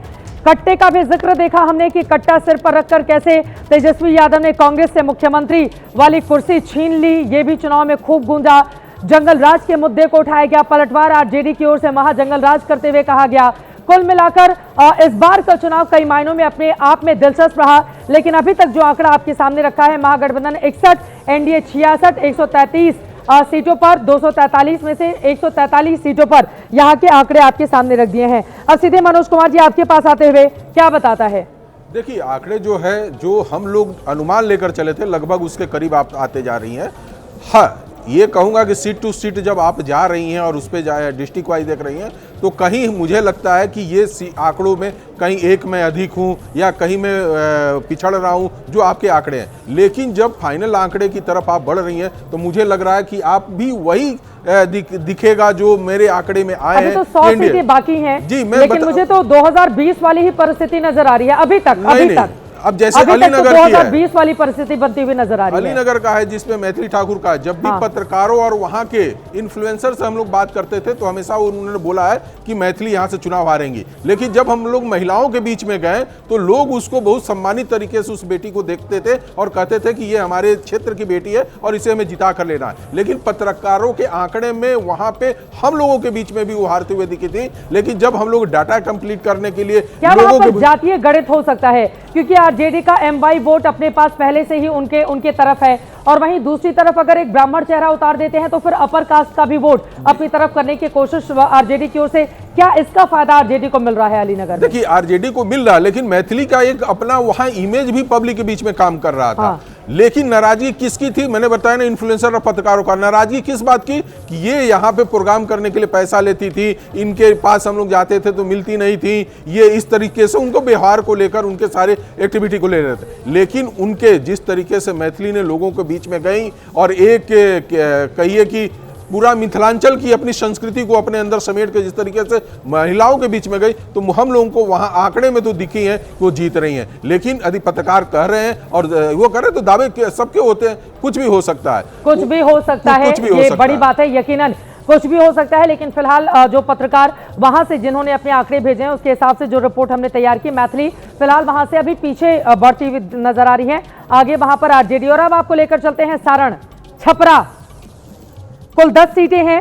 कुल 10 सीटों में से देखिए यहां पर एनडीए 6 पर, महागठबंधन 2 पर, कड़ी टक्कर सिर्फ 2 पर। एक समय में सारण लालू प्रसाद यादव का गढ़ हुआ करता था, लेकिन बाद में वो एनडीए बीजेपी में कन्वर्ट हो गया, बीजेपी का गढ़ बन गया। और सारण में आप देख रहे हैं कुल 10 सीटें हैं, जिनमें एनडीए 6 पर, महागठबंधन बहुत पीछे 2 के साथ, और कड़ी टक्कर यहां पर 2 पर देखने को मिल रही है। तो अगर बांट भी दे एक सीटें कड़ी टक्कर वाली, तो 7 एनडीए को आ जाती हैं, 3 महागठबंधन को। अब सारण में, छपरा में खेसारी लाल यादव जाकर, हमने जहां से वो चुनाव लड़ रहे थे, आधी रात को 1:30 बजे हमने इंटरव्यू किया था, सोशल मीडिया पर बड़ा वायरल भी उनका इंटरव्यू हुआ था। अब देख लेते हैं खेसारी लाल यादव का क्या हाल है छपरा में। तो छपरा में कड़ी टक्कर है। खेसारी लाल यादव, जिस दिन नामांकन होना था, एक दिन पहले ही आरजेडी ने मनाया कि भैया पत्नी नहीं लड़ सकती हैं तो आप ही उतर जाओ चुनावी मैदान में। रात भर खेसारी लाल यादव ने मंथन किया, जो उन्होंने हमारे इंटरव्यू में बताया। और फिलहाल भोजपुरी फिल्मों के सुपरस्टार खेसारी लाल यादव की छपरा सीट पर फिलहाल कड़ी टक्कर है, यानी कि खेसारी जीत भी सकते हैं और खेसारी हार भी सकते हैं। खेसारी लाल यादव को लेकर डिप्टी सीएम सम्राट चौधरी ने नचनिया जैसे शब्द का इस्तेमाल भी किया था, जिसको लेकर बड़े आग बबूला हुए थे खेसारी लाल यादव। फिलहाल कड़ी टक्कर में वो फंसे हुए अपनी सीट पर। समस्तीपुर का आंकड़ा भी आ गया है, 10 सीटें, एनडीए 7 पर, महागठबंधन 3 पर। समस्तीपुर में भी एनडीए के लिए काफी बड़ी बढ़त दिखाई जा रही है, 10 में से सिर्फ 3 पर महागठबंधन, जबकि आप देख रहे हैं एनडीए यहां पर आराम से 7 सीटें जीता हुआ नजर आ रहा है। अब आपको लेकर चलते हैं गया जी। गया जी में तकरीबन आपको बताते चले करोड़ों की लागत से खूब बड़ा रेलवे स्टेशन बनाया जा रहा है। हमने भी उसकी झलक देखी, अपने आप में वो बेहद खूबसूरत। गया जी में लेकिन देखिए एनडीए 5 पर, महागठबंधन 4 पर, कड़ी टक्कर 1 पर है। गया जी ये महत्वपूर्ण जिला, 10 सीटें, एनडीए 5 पर, महागठबंधन 4 पर, कड़ी टक्कर 1 पर देखने को मिल रही है। अब लेकर चलते हैं सीतामढ़ी, माता सीता की ये भूमि। सीतामढ़ी में कुल 8 सीटें हैं, एनडीए आराम से 7 पर, महागठबंधन 1 पर। सीतामढ़ी में माता सीता का भव्य मंदिर तैयार करने के लिए बाकायदा शिला पूजन भी करके आए थे गृह मंत्री अमित शाह। और सीतामढ़ी में आप देखिए एनडीए आराम से 7 सीटें, महागठबंधन सिर्फ 1 सीट पर। और अब आपको लेकर चलते हैं शिवहर, एक छोटा जिला है। शिवहर में एक लोकसभा की आपको बताते चले 1 लोकसभा 1 विधानसभा है। शिवहर से ही पिछली बार आनंद मोहन के बेटे आरजेडी के टिकट पर चुनावी मैदान में थे, लेकिन इस बार वो जेडीयू में चले गए हैं। शिवहर में कड़ी टक्कर, जो 1 सीट है उस पर कड़ी टक्कर दिखाई जा रही है। रघुनाथ झा जो बड़े नेता आरजेडी के हुआ करते थे, उनके पोते को आरजेडी ने चुनावी मैदान में उतारा है। अब यहां पर कड़ी टक्कर में क्या बीजेपी जीतेगी, जिसने महिला उम्मीदवार उतारा है, या फिर आरजेडी बाजी मार ले जाएगी? शिवहर में क्या होगा, यह बड़ा सवाल बना हुआ है। और शिवहर के बाद अब आपको लेकर चलते हैं मधुबनी। मधुबनी में देखिए कुल 10 सीटें हैं और मधुबनी में 6 सीटों पर एनडीए, 2 पर महागठबंधन और 2 पर कांटे की टक्कर, यानी कि मधुबनी में एनडीए के लिए बेहतर स्थिति इस वक्त दिखाई दे रही है। कड़ी टक्कर वाले को 1-1 में अगर डिवाइड कर देंगे तो भी एनडीए 7 पर और महागठबंधन 3 पर, यानी कि मधुबनी में एनडीए को फायदा मिलता हुआ दिखाई दे रहा है। और अब आपको कुछ वीवीआईपी सीटों के बारे में देते हैं जानकारी। वीवीआईपी सीटों में झंझारपुर, जहां से नीतीश मिश्रा भारतीय जनता पार्टी के आगे हैं, आपको बताते चले आगे चल रहे हैं ये पूर्व सीएम जगन्नाथ मिश्रा के बेटे और बिहार में अभी उद्योग मंत्री हैं। जगन्नाथ मिश्रा जो कांग्रेस पार्टी के आखिरी मुख्यमंत्री बने थे, उनको लालू प्रसाद यादव ने हरा दिया था और 90 से फिर लालू राज की शुरुआत होती है। नीतीश मिश्रा आपको बताते चले फिलहाल यहां से आगे चल रहे हैं, जो भारतीय जनता पार्टी के हैं। पूर्व सीएम जगन्नाथ मिश्रा के बेटे बिहार में अभी उद्योग मंत्री हैं। फिलहाल इनका ये पॉलिटिकल उद्योग फलता फूलता दिखाई दे रहा है। झंझारपुर में वो आगे चल रहे हैं। और अब आपको लेकर चलते हैं भागलपुर। भागलपुर दंगों का जिक्र अक्सर आता है जब भी चुनाव वहां पर होता है। भागलपुर में आती हैं कुल 7 विधानसभा की सीटें और इन 7 सीटों में से एनडीए 4 पर, महागठबंधन 3 पर। भागलपुर में कुल 7 सीटें, एनडीए 4 पर, महागठबंधन 3 पर। भागलपुर में यह स्थिति है, यानी कि एनडीए के लिए 1 सीटों का थोड़ा बेहतर परफॉर्मेंस यहां पर दिखाई दे रहा है। अब आपको लेकर चलते हैं बांका जिला। बांका जिला अपने आप में बहुत महत्वपूर्ण है। बांका में आती है कुल 5 सीटें। बांका में एनडीए 3 पर, महागठबंधन यहां पर खाता खोलता हुआ नजर नहीं आ रहा है। कड़ी टक्कर 2 सीटों पर। आपको बताते चले कि बांका में जो जेडीयू के सांसद हैं, उनके बेटे लंदन रिटर्न है, बहुत पढ़े लिखे उम्मीदवार आरजेडी के टिकट पर चुनावी मैदान में है। यानी कि पिता जेडीयू से सांसद हैं, बेटा आरजेडी के टिकट पर चुनावी मैदान में है। तकरीबन 34 साल उनकी उम्र है और अगर यहां पर बांका में खाता भी नहीं खुल रहा है तो उनके लिए फिर मुश्किलों का सबब हो सकता है। हालांकि 2 सीटों पर कड़ी टक्कर जरूर दिखाई दे रही है। और अब ये जमुई में कुल 4 सीटें हैं। जमुई लोकसभा एलजेपीआर के पास है, चिराग पासवान के जीजा यहां से सांसद हैं। यहां पर एनडीए 2 पर, महागठबंधन 2 पर, यानी कि जमुई में कांटे की टक्कर में 2-2 डिवाइड हो रहा है, 2 उधर जा रहा है, 2 इधर जा रहा है। जमुई अपने आप में काफी ज्यादा महत्वपूर्ण। और अब तक हमने आपके सामने रखा है, जरा वो फुल आंकड़ा हम दें कि अब तक कुल कैलकुलेट करके अगर हम दिखाएं तो 243 में से तकरीबन 200 से ज्यादा का आंकड़ा आपके सामने रखा है। 222 और 222 में से एनडीए 110 पर, महागठबंधन 81 पर। यानी कि शुरुआती पत्रकारों के एग्जिट पोल में हमने आपको दिखाया महागठबंधन ने जिस तरह की लीड ली थी, अब वो एनडीए के खाते में तब्दील हो गई है। एनडीए काफी ज्यादा आगे बढ़ गया है और एनडीए को अब सिर्फ सरकार बनाने के लिए चाहिए 12 सीटें, 122 सीटें चाहिए बहुमत के लिए। महागठबंधन 81 के साथ काफी ज्यादा पीछे और कड़ी टक्कर वाली 31 सीटें हैं। तो कड़ी टक्कर वाली अगर पूरी 31 सीटें महागठबंधन में जोड़ दी जाएं, हालांकि ऐसा होगा नहीं, दोनों को अगर 15 और 16 में हम डिवाइड कर दें तो भी यहां पर एनडीए काफी ज्यादा आगे और महागठबंधन पिछड़ता हुआ नजर आ रहा है। जल्दी से एक टिप्पणी, सबसे पहले विपेश त्रिवेदी जी आपसे शुरुआत करते हुए, अब यहां पर एनडीए के लोगों को थोड़ी राहत मिली होगी क्योंकि कल के बाद तो लड्डू वड्डू खा के रात में सोए होंगे कि एग्जिट पोल हमें जिता रहे हैं और आज का एग्जिट पोल उनके दिल की धड़कनों को बढ़ाया होगा। लेकिन फिलहाल 110 पर एनडीए आगे, महागठबंधन 81 के साथ काफी ज्यादा पीछे। ये राहत मिथिला और तिरहुत क्षेत्र की चर्चा आपने की है, वहां से मिल रही है एनडीए को। पिछली बार एनडीए को समस्तीपुर में 5 सीट मिले थी और महागठबंधन को 5-5। इस बार 2 सीट और बढ़ते हुए दिखाया जा रहा है। आप याद कीजिए 2015 में खाता नहीं खुला था समस्तीपुर में, 2020 में 5-5 की बराबरी रही, अभी 2 सीटें बढ़ रही है। दरभंगा में सीटें बढ़ रही है, पटना में भी स्थिति पलट गई है। मामला 9-5 का था, वो 9 अब एनडीए की ओर आ रहा है, 5 महागठबंधन की ओर जा रहा है। भोजपुर में मामला उलट रहा है, 5 और 2 का मामला था, 5 महागठबंधन को जा रहा था, अब 5 एनडीए को आ रहा है। तो ये जो तस्वीरें बदली है इसको लेकर के है। लेकिन हाँ, चिंता की बात है कि भागलपुर में अभी जो बढ़त दिखाई जा रहा है उसमें 1 सीट कमते हुए दिखाया जा रहा है एनडीए को, 1 सीट बांका में कमते हुए दिखाया जा रहा है। तो उन इलाकों में 1-1 सीट अगर कम रहा है तो एनडीए बांका में तो आप देखें ना, एनडीए तो यहाँ पर अच्छा कर रहा है, वो महागठबंधन का तो खाता भी नहीं खुल रहा है। जबकि बांका की 1 सीट, चूंकि मैंने वहां पर जाकर ग्राउंड रिपोर्टिंग भी की थी, अब वो यादव बहुल सीट है बांका की। सांसद जी जेडीयू से सांसद हैं, बेटे को आरजेडी से टिकट दिलवा दिया है, तो उनके लिए तो बहुत बेहतर स्थिति बनती हुई नजर आ रही थी। लेकिन अभी तक का आंकड़ा बता रहा है कि बांका में खाता नहीं खुल रहा है महागठबंधन का, हालांकि 2 पर कांटे की टक्कर जरूर है। पिछली बार एनडीए को वहां 4 सीटें मिली थी, महागठबंधन को सिर्फ 1 सीट मिली थी। इस लिहाज से देखें अगर 3 सीट पर बढ़त है एनडीए को तो 1 सीट कम रही है। भागलपुर में 1 सीट कमती हुई दिख रही है। हाँ, एक जल्दी से टिप्पणी, आपकी एक जल्दी से टिप्पणी अक्षत। जो भी अभी आंकड़े आ रहे हैं एक्सपेक्टेड लाइंस में ही थे। जैसे मैं पहले आपसे मतलब बोल रहा था, जैसे ही तिरहुत का क्षेत्र आएगा तो एनडीए को यहाँ से लीड मिलना चालू हो जाएगी। हमने जो भी मतलब स्टार्टिंग की थी नीचे वाले क्षेत्रों से करी थी, तो जहाँ पर एमजीबी थोड़ा सा एनीवे स्ट्रॉन्ग रहता है। तो मेरे को उम्मीद है ये अभी जो भी लीड दिखा रहे हैं होल्ड रहेंगी एनडीए के लिए और एक कंफर्टेबल मेजोरिटी के साथ 120 से तो ऊपर ही जाना चाहिए, 25-30 के आसपास। ये जो अपने आप में बेहद दिलचस्प है। अब पत्रकारों का ये एग्जिट पोल क्या बता रहा है, अभी तक के आंकड़े आपके सामने हैं। 222 में से भारतीय जनता पार्टी जेडीयू गठबंधन 110 पर पत्रकारों के एग्जिट पोल में, जबकि 81 के साथ जो आरजेडी कांग्रेस का गठबंधन है वो काफी ज्यादा पीछे इस समय दिखाई दे रहा है। लेकिन अभी भी तकरीबन 20 से ज्यादा कुछ सीटें ऐसी महत्वपूर्ण है जिनका आंकड़ा आना बाकी है। 243 में से ये 20 सीटें किसकी बनवाएंगी सरकार, फाइनल आंकड़ा रखेंगे आपके सामने। हमारे साथ जो पत्रकार मौजूद हैं इनके आंकड़े पर भी करेंगे चर्चा।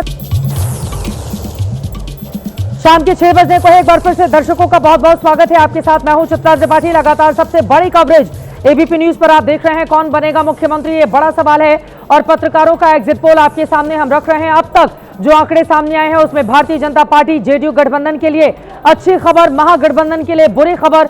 शुरुआत में 15 मिनट तो महागठबंधन ने बाजी मार ली, लेकिन धीरे धीरे करके फिर वो पिछड़ते हुए चले गए।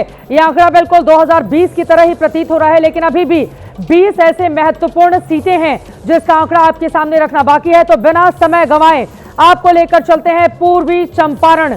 चंपारण की ये भूमि जहां पर मोतिहारी से महात्मा गांधी ने हिंदुस्तान के भीतर ऐसी अलग जगाई जिसकी आज भी वानगी दी जाती है। पूर्वी चंपारण की 12 सीटों में से एनडीए 9 पर, महागठबंधन 3 पर, यानी कि पूर्वी चंपारण के लोग एक तरफा फैसला एनडीए के लिए करते हुए नजर आ रहे हैं। महागठबंधन के लिए यहां पर बहुत कुछ ज्यादा खोने या पाने के लिए नजर नहीं आता है। पूर्वी चंपारण की 12 ये महत्वपूर्ण सीटें जहां पर एनडीए 9 सीटों पर आगे है। और अब आपको लेकर चलते हैं गोविंदगंज। ये महत्वपूर्ण सीट है, वीवीआईपी सीट है।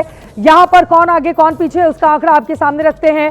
गोविंदगंज से राजू तिवारी एलजेपीआर के हैं। राजू तिवारी के लिए पूरी ताकत लगा दी थी चिराग पासवान ने कि भैया टिकट चाहिए ही गोविंदगंज से, और यहां से राजू तिवारी के लिए अच्छी खबर है, वो जीतते हुए एलजेपीआर के नेता राजू तिवारी नजर आ रहे हैं। गोविंदगंज सीट राजू तिवारी जीते हुए दिखाई दे रहे हैं। चिराग पासवान की पार्टी एलजेपीआर के आप प्रदेश अध्यक्ष हैं। राजू तिवारी के लिए गोविंदगंज सीट को लेकर भारतीय जनता पार्टी के साथ काफी माथापच्ची चली। बीजेपी ये सीट देना नहीं चाहती थी, हालांकि बाद में मान मनोबल के बाद मान गए और राजू तिवारी आगे बढ़ते हुए गोविंदगंज सीट से दिखाई दे रहे हैं। पूर्वी चंपारण का आंकड़ा आपके सामने रखा। अब लेकर चलते हैं पश्चिमी चंपारण। पश्चिमी चंपारण का भी आंकड़ा देख लेते हैं कि पश्चिमी चंपारण में कुल 9 सीटें हैं। यहां पर एनडीए 6 पर, महागठबंधन 3 पर, यानी कि पूर्वी चंपारण और पश्चिमी चंपारण यानी कि चंपारण की जो भूमि है राधा मोहन सिंह, जहां से कद्दावर नेता और पूर्व मंत्री भी आते हैं, फिलहाल वहां पर चंपारण की धरती एक तरफा फैसला एनडीए के लिए कर रही है। एनडीए के लिए 6 सीटें। आप देखिए पश्चिमी चंपारण में भी, पूर्वी चंपारण में भी शानदार बढ़त, जबकि महागठबंधन को 3 सीटें पश्चिमी चंपारण की 9 सीटों में से मिलती हुई नजर आ रही हैं। और अब आपको दिखा देते हैं पश्चिमी चंपारण की महत्वपूर्ण सीट रेणु देवी, जो बिहार में पहले डिप्टी सीएम रह चुकी हैं। भारतीय जनता पार्टी की नेता रेणु देवी का क्या हाल है। इनकी सीट पर जाकर हमने कौन बनेगा मुख्यमंत्री का कार्यक्रम किया था और रेणु देवी बेतिया में फिलहाल जीती भी नजर आ रही हैं। रेणु देवी बेतिया से भारतीय जनता पार्टी की उम्मीदवार आगे चल रही हैं। डिप्टी सीएम रेणु देवी इसके पहले रह चुकी हैं। पत्रकारों के एग्जिट पोल में रेणु देवी जीती हुई नजर आ रही हैं। तो हमने पश्चिमी चंपारण, पूर्वी चंपारण का आंकड़ा आपके सामने रख दिया है और अब तस्वीर लगभग साफ होती हुई नजर आ रही है। पत्रकारों के एग्जिट पोल में अब तक का जो आंकड़ा आपके सामने हमने रखा है, पत्रकारों के एग्जिट पोल में एनडीए को बहुमत मिलता हुआ नजर आ रहा है। फाइनल डेटा अब आपके सामने रखते हैं बिना देर किए। फाइनल डेटा आपके सामने है। 243 में से एनडीए 125 सीटों पर, यानी कि आराम से उसको बहुमत मिलता हुआ नजर आ रहा है। बहुमत के लिए 122 सीटें चाहिए, एनडीए को 125 सीटें। महागठबंधन बहुत ज्यादा पीछे 87 के साथ कड़ी टक्कर वाली कुल 31 सीटें हैं। और कड़ी टक्कर वाली 31 सीटों को अगर हम डिवाइड कर दें और 15-16 में दोनों ही गठबंधन को यहां पर बांट कर देखें, एक मोटा मोटी, हालांकि कड़ी टक्कर वाली सीटें कई बार एक तरफा फैसला भी कर देती हैं, लेकिन अभी फिलहाल पत्रकारों के एग्जिट पोल में अगर एनडीए को 125 में से डिवाइड कर दे, 15 जरा कड़ी टक्कर वाली सीटों में से एनडीए में जोड़ देते हैं तो कुल आ जाती है 140। एनडीए को मिल जाती है 140 और महागठबंधन की 87 में से अगर एनडीए को ये जो 16 सीटें हैं हम जोड़ दें 87 में से, तो कुल तकरीबन 103 के आसपास आएंगी। यानी कि बड़ी खबर इस वक्त की दें, पत्रकारों के एग्जिट पोल में 150 पत्रकारों के एग्जिट पोल में एनडीए 125, महागठबंधन 87 और कड़ी और बड़ी टक्कर वाली भी कई ऐसी सीटें हैं, 31 सीटें जहां पर कुछ भी हो सकता है। लेकिन फिलहाल पत्रकारों का एग्जिट पोल ये बताता है, एक बार फिर से एनडीए की सरकार, पत्रकारों का ये एग्जिट पोल बताता है कि नीतीश कुमार, नरेंद्र मोदी का जादू सिर चढ़कर बोल रहा है। पत्रकारों का ये एग्जिट पोल बताता है कि जो विकास के दावे किए गए हैं डबल इंजन की सरकार की ओर से, जनता उस पर मुहर लगा रही है। पत्रकारों का ये एग्जिट पोल बताता है कि 9% ज्यादा जो महिलाओं का मतदान पुरुषों के मुकाबले हुआ है, वो ऐसा लग रहा है एक तरफा एनडीए के खाते में गया है। पत्रकारों का ये एग्जिट पोल बता रहे हैं नीतीश कुमार को लेकर नाराजगी की बात, उनकी उम्र की बात, उनकी बीमारी की बात बार बार तेजस्वी यादव की ओर से उठाई जा रही थी, लेकिन उसका कोई असर दिख नहीं रहा है। दूर दूर तक यहां पर कोई असर दिखता हुआ नजर नहीं आ रहा है। पत्रकारों का यह एग्जिट पोल बताता है 3.25 करोड़ परिवारों में हर एक सदस्य को सरकारी नौकरी का जो वादा तेजस्वी यादव की ओर से किया गया था, वो वादा धराशायी हो रहा है। और महागठबंधन आप देखिए पिछली बार के मुकाबले महागठबंधन बुरी परफॉर्मेंस करता हुआ नजर आ रहा है, वो भी तब जब मुकेश सहनी को अपने साथ जोड़कर मल्लाह वोटरों को एक पक्ष करने की कोशिश की गई। 2 से 2.5% कहा गया उनको डिप्टी सीएम बनाएंगे तो एक तरफा वोट पड़ेगा पिछड़े समाज का, वो काम नहीं कर रहा है। दूसरी तरफ नौकरी का मुद्दा जोर शोर से उठाया गया था, लेकिन नौकरी का मुद्दा काम करता हुआ महागठबंधन के लिए नजर नहीं आ रहा है। पत्रकारों का ये एग्जिट पोल जल्दी से अपने दर्शकों को एक बार बताते चले, 150 पत्रकारों का ये एग्जिट पोल है। 150 ये वो पत्रकार हैं जो बिहार के ही रहने वाले हैं, यानी कि मूलतः बिहारी जिन्होंने लगातार कवरेज की है, उनसे ये डेटा हमने इकट्ठा किया है और पूरी की पूरी 38 जिलों में जाकर ये डेटा एकत्रित किया गया है। पत्रकारों का ये एग्जिट पोल बता रहा है आराम से एनडीए की सरकार बनती हुई नजर आ रही है। 125 सीटें एनडीए को, महागठबंधन 87 सीटें, कड़ी टक्कर वाली कुल 31 सीटें हैं।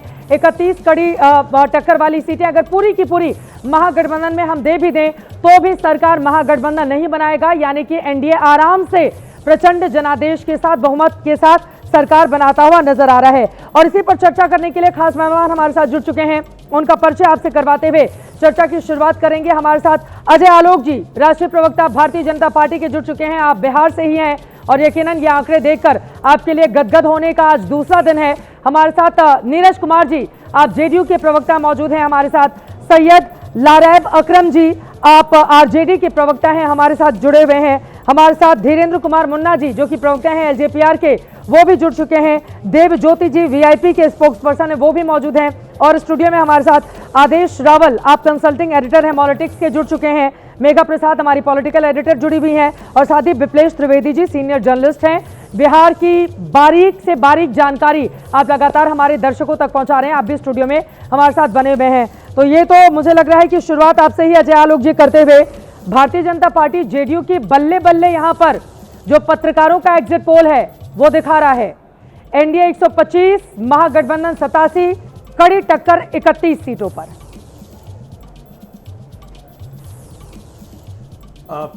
चित्रा जी, बहुत ही इज्जत के साथ आपके पत्रकारों ने जो ये सर्वे किया है, 150 पत्रकारों ने, उनकी मेहनत के लिए उनको बिल्कुल बधाई। लेकिन मैं व्यक्तिगत तौर पे कभी भी एग्जिट पोल पे विश्वास नहीं करता हूँ।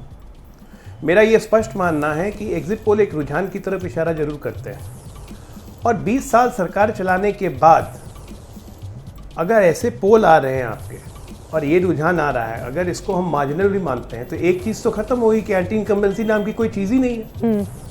और प्राइमरीली लॉ एंड ऑर्डर और गवर्नेंस के नाम पे लोगों ने वोट दिया और उसके हिसाब पे विकास जाएगा, ये कन्विंस्ड है बिहार की जनता। यही बात तो हम कर रहे थे पूरे चुनाव प्रचार में कि वो जंगल राज बिहार में कैसे भूला जा सकता है। तो नीतीश कुमार और प्रधानमंत्री मोदी जी की विश्वसनीयता कहीं ना कहीं बहुत हद तक प्रमाणित फिर से एक बार हुई है कि नरेंद्र मोदी के नेतृत्व में बिहार एक नई ऊंचाइयों को छुएगा।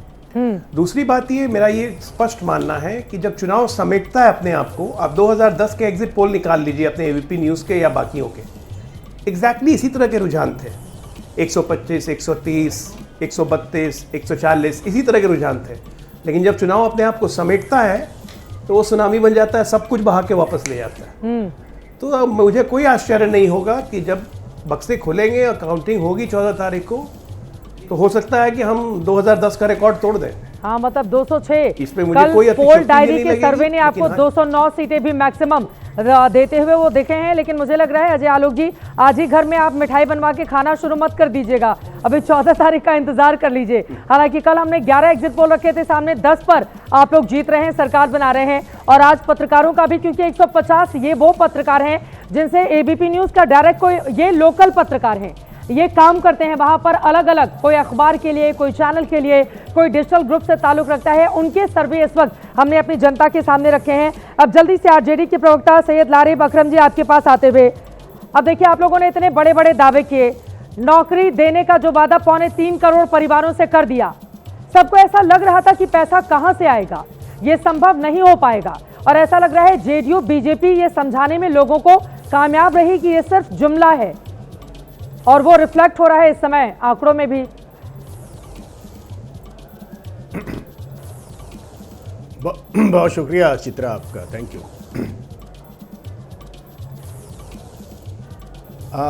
जहाँ तक के ये एग्जिट पोल की बात है, 2015 में भी एग्जिट पोल आया था। यहाँ के भारतीय जनता पार्टी कार्यालय में लड्डू और मिठाइयाँ बट रही थी। फिर 11-12 बजे तक सारी एग्जिट पोल की जो कामनाएं थी वो धाराशायी हो गई। तो मुझे नहीं लगता कि एग्जिट पोल जो भी आ रहा है, क्योंकि जो मैं ज़मीन पर काम कर रहा हूँ, ग्राउंड पे हूँ, वोटर्स के बीच में हूँ, एक लहर है एक बदलाव के लिए। सभी जाति, सभी धर्म, सभी वर्ग से परे सभी लोगों के अंदर ये हलचल है, और एक बदलाव के लिए ज़ोरदार वोट की गई है। वोट रोज़गार के लिए की गई है, वोट जो है पलायन के विरुद्ध किया गया है। तो इस हालत में, इन हालात में जो मुझे लगता है, बहुत ईमानदारी से मैं ये नहीं कहता कि जो भी मेहनत किए गए, जो एजेंसीज लगी होंगी सर्वे के लिए, सैंपल लेकर बैठे होंगे, वो सब उनका एक अपना काम है। लेकिन मैं अपनी तरफ से, अपनी ओर से जो हमारे पास कैलकुलेशन है उसके हिसाब से मैं टोटली रिजेक्ट करता हूँ, खारिज करता हूँ। और ये 14 बात तारीख बिल्कुल को सही आपके है सामने कि परिणाम 2015 में होगा और हम लोग बीजेपी दफ्तर सरकार में बनाने सुबह जा रहे हैं। 10:30 बजे मिठाई बट गए थे। तब तक लालू प्रसाद यादव के कार्यकर्ता जिंदा मछली लेकर उनके आवास पर पहुंचते हैं और उसके बाद आंकड़े उलटते हुए चले जाते हैं। तो बड़ा उसको भी लेकर हमने देखा था कि किस तरह की चर्चा हुई थी। तो आप ये कह रहे हैं कि बीजेपी और जेडीयू वाले दिल थाम कर अभी बैठे रहे हैं, 2015 भी हो सकता है। ठीक है, मैं आपके पास आऊंगी। ठीक है, लौट बिल्कुल बिल्कुल चौंकाने वाला परिणाम आएगा। चौंकाने वाला परिणाम क्या होगा, ये बड़ा सवाल है। एक और आंकड़ा आ गया है सामने बिहार चुनाव पर। सीएनएक्स का एग्जिट पोल आया है। सीएनएक्स के एग्जिट पोल में एनडीए को बम्पर बहुमत। एनडीए 150 से 170 सीटें, महागठबंधन 70 से 90 सीटें, अन्य को 1 से 4 सीटें सीएनएक्स के इस एग्जिट पोल में दिखाई दे रहा है। बिहार चुनाव पर सीएनएक्स का एग्जिट पोल जिसमें एनडीए को बम्पर बहुमत, एनडीए 150 से 170 सीटें, महागठबंधन 70 से 90 सीटें और अन्य को 1 से 4 सीटें, यानी कि 2020 के मुकाबले एनडीए बहुत बेहतर परफॉर्म करता हुआ 2025 में नजर आ रहा है। और अब एक्सिस माई इंडिया का एग्जिट पोल रखते हैं आपके सामने। एक्सिस माई इंडिया के सर्वे में एनडीए 121 से 141, महागठबंधन 98 से 118, यानी कि यहां पर भी आप देखेंगे अगर 121 से 141 बताया जा रहा है तो एनडीए आराम से अपनी सरकार बना रहा है, क्योंकि उसको अगर मिनिमम 121 दिया गया है एनडीए को, एक्सिस माई इंडिया में 122 सीटें चाहिए सरकार बनाने के लिए। एक्सिस माई इंडिया के सर्वे में भी एनडीए की सरकार बनती हुई नजर आ रही है। थोड़ी सी टक्कर यहां पर एक्सिस माई इंडिया ने हालांकि एक बीच का रास्ता निकालते हुए जरूर दे दिया है। और अब अपने खास मेहमानों से चर्चा आगे बढ़ाएंगे। सीधे नीरज जी आपके पास आते हुए, कल भी जब 11 अलग अलग एग्जिट पोल के सर्वे हमने आपके सामने रखे थे तो उनमें से 10 में आप जीत रहे थे। आज 2 और एग्जिट पोल के आंकड़े सामने आ गए हैं, सीएनएक्स के, एक्सिस माई इंडिया के, उसमें भी आप जीत रहे हैं, यानी कि अब तक कुल 13 में से आप सिर्फ एक को छोड़ दें तो 12 में जीतते हुए नजर आ रहे हैं। पत्रकारों का भी एग्जिट पोल बता रहा है कि आप जीतते हुए नजर आ रहे हैं, लेकिन 14 नवंबर तक बड़ा उलटफेर हो सकता है, आरजेडी के प्रवक्ता बोल रहे हैं। चौंकाने वाले नतीजे होंगे। देखिए, सबसे पहली बात कि चाहे वो एग्जिट पोल विभिन्न एजेंसियों का हो या पत्रकारों का हो, सब में ये स्पष्ट रूप से दिखाई पड़ रहा है कि एनडीए को बढ़त हासिल है। और ये बार बार 2015 का रेफरेंस देते हैं। अरे भाई, 2020 में चुनाव हुआ, 2019 में चुनाव हुआ, 2020 में हुआ, 2024 में हुआ। 2024 में 176 सीट, एक मुद्दा एसआईआर अलग से जुड़ा, नहीं तो पढ़ाई लिखाई दवाई जो ये बोलते रहते हैं, पलायन, और 20 वर्ष ये बोलते हैं, उसमें ये भूल जाते हैं कि 37 महीना हमारा भी उसमें योगदान है। हर कीर्तन तो नहीं कर रहे होंगे, सरकार में शामिल थे। तो हमारे कहने का मतलब यह है 65 लाख वोट कटे थे, वो मुद्दा उठाया गया था। मनोदशा है, हाँ, वो जनता और किशनगंज और सीमांचल में वो काम कर रहा है महागठबंधन के लिए। कभी एमवाई बनाए, कभी A to Z बनाए, लेकिन जंगल राज का ठप्पा नहीं हटा इन पर। जंगल राज का जो ठप्पा लगा हुआ था वो ठप्पा आज भी कायम है। अब आवाज़ नहीं आ रही। आवाज नहीं जा रही है आपके पास, में फौरन लौटूंगी। आप कह रहे हैं कि जंगल राज का जो ठप्पा लगा हुआ था, हमने देखा कैसे खुद मुख्यमंत्री नीतीश कुमार की ओर से बाकायदा एक वीडियो भी जारी किया जाता है और उसमें वो बड़ा भावुक होकर अपील करते हैं। देवज्योति जी प्रवक्ता वीएचपी के हमारे साथ आ चुके हैं, माफ कीजिएगा वीआईपी के, वीएचपी चेंज कीजिए, वीआईपी के प्रवक्ता हैं, वीवीआईपी मेहमान भी हैं हमारे देवज्योति जी। लेकिन आप जो ज्योति जलाने की कोशिश कर रहे थे वो कामयाब होती हुई नजर नहीं आ रही है।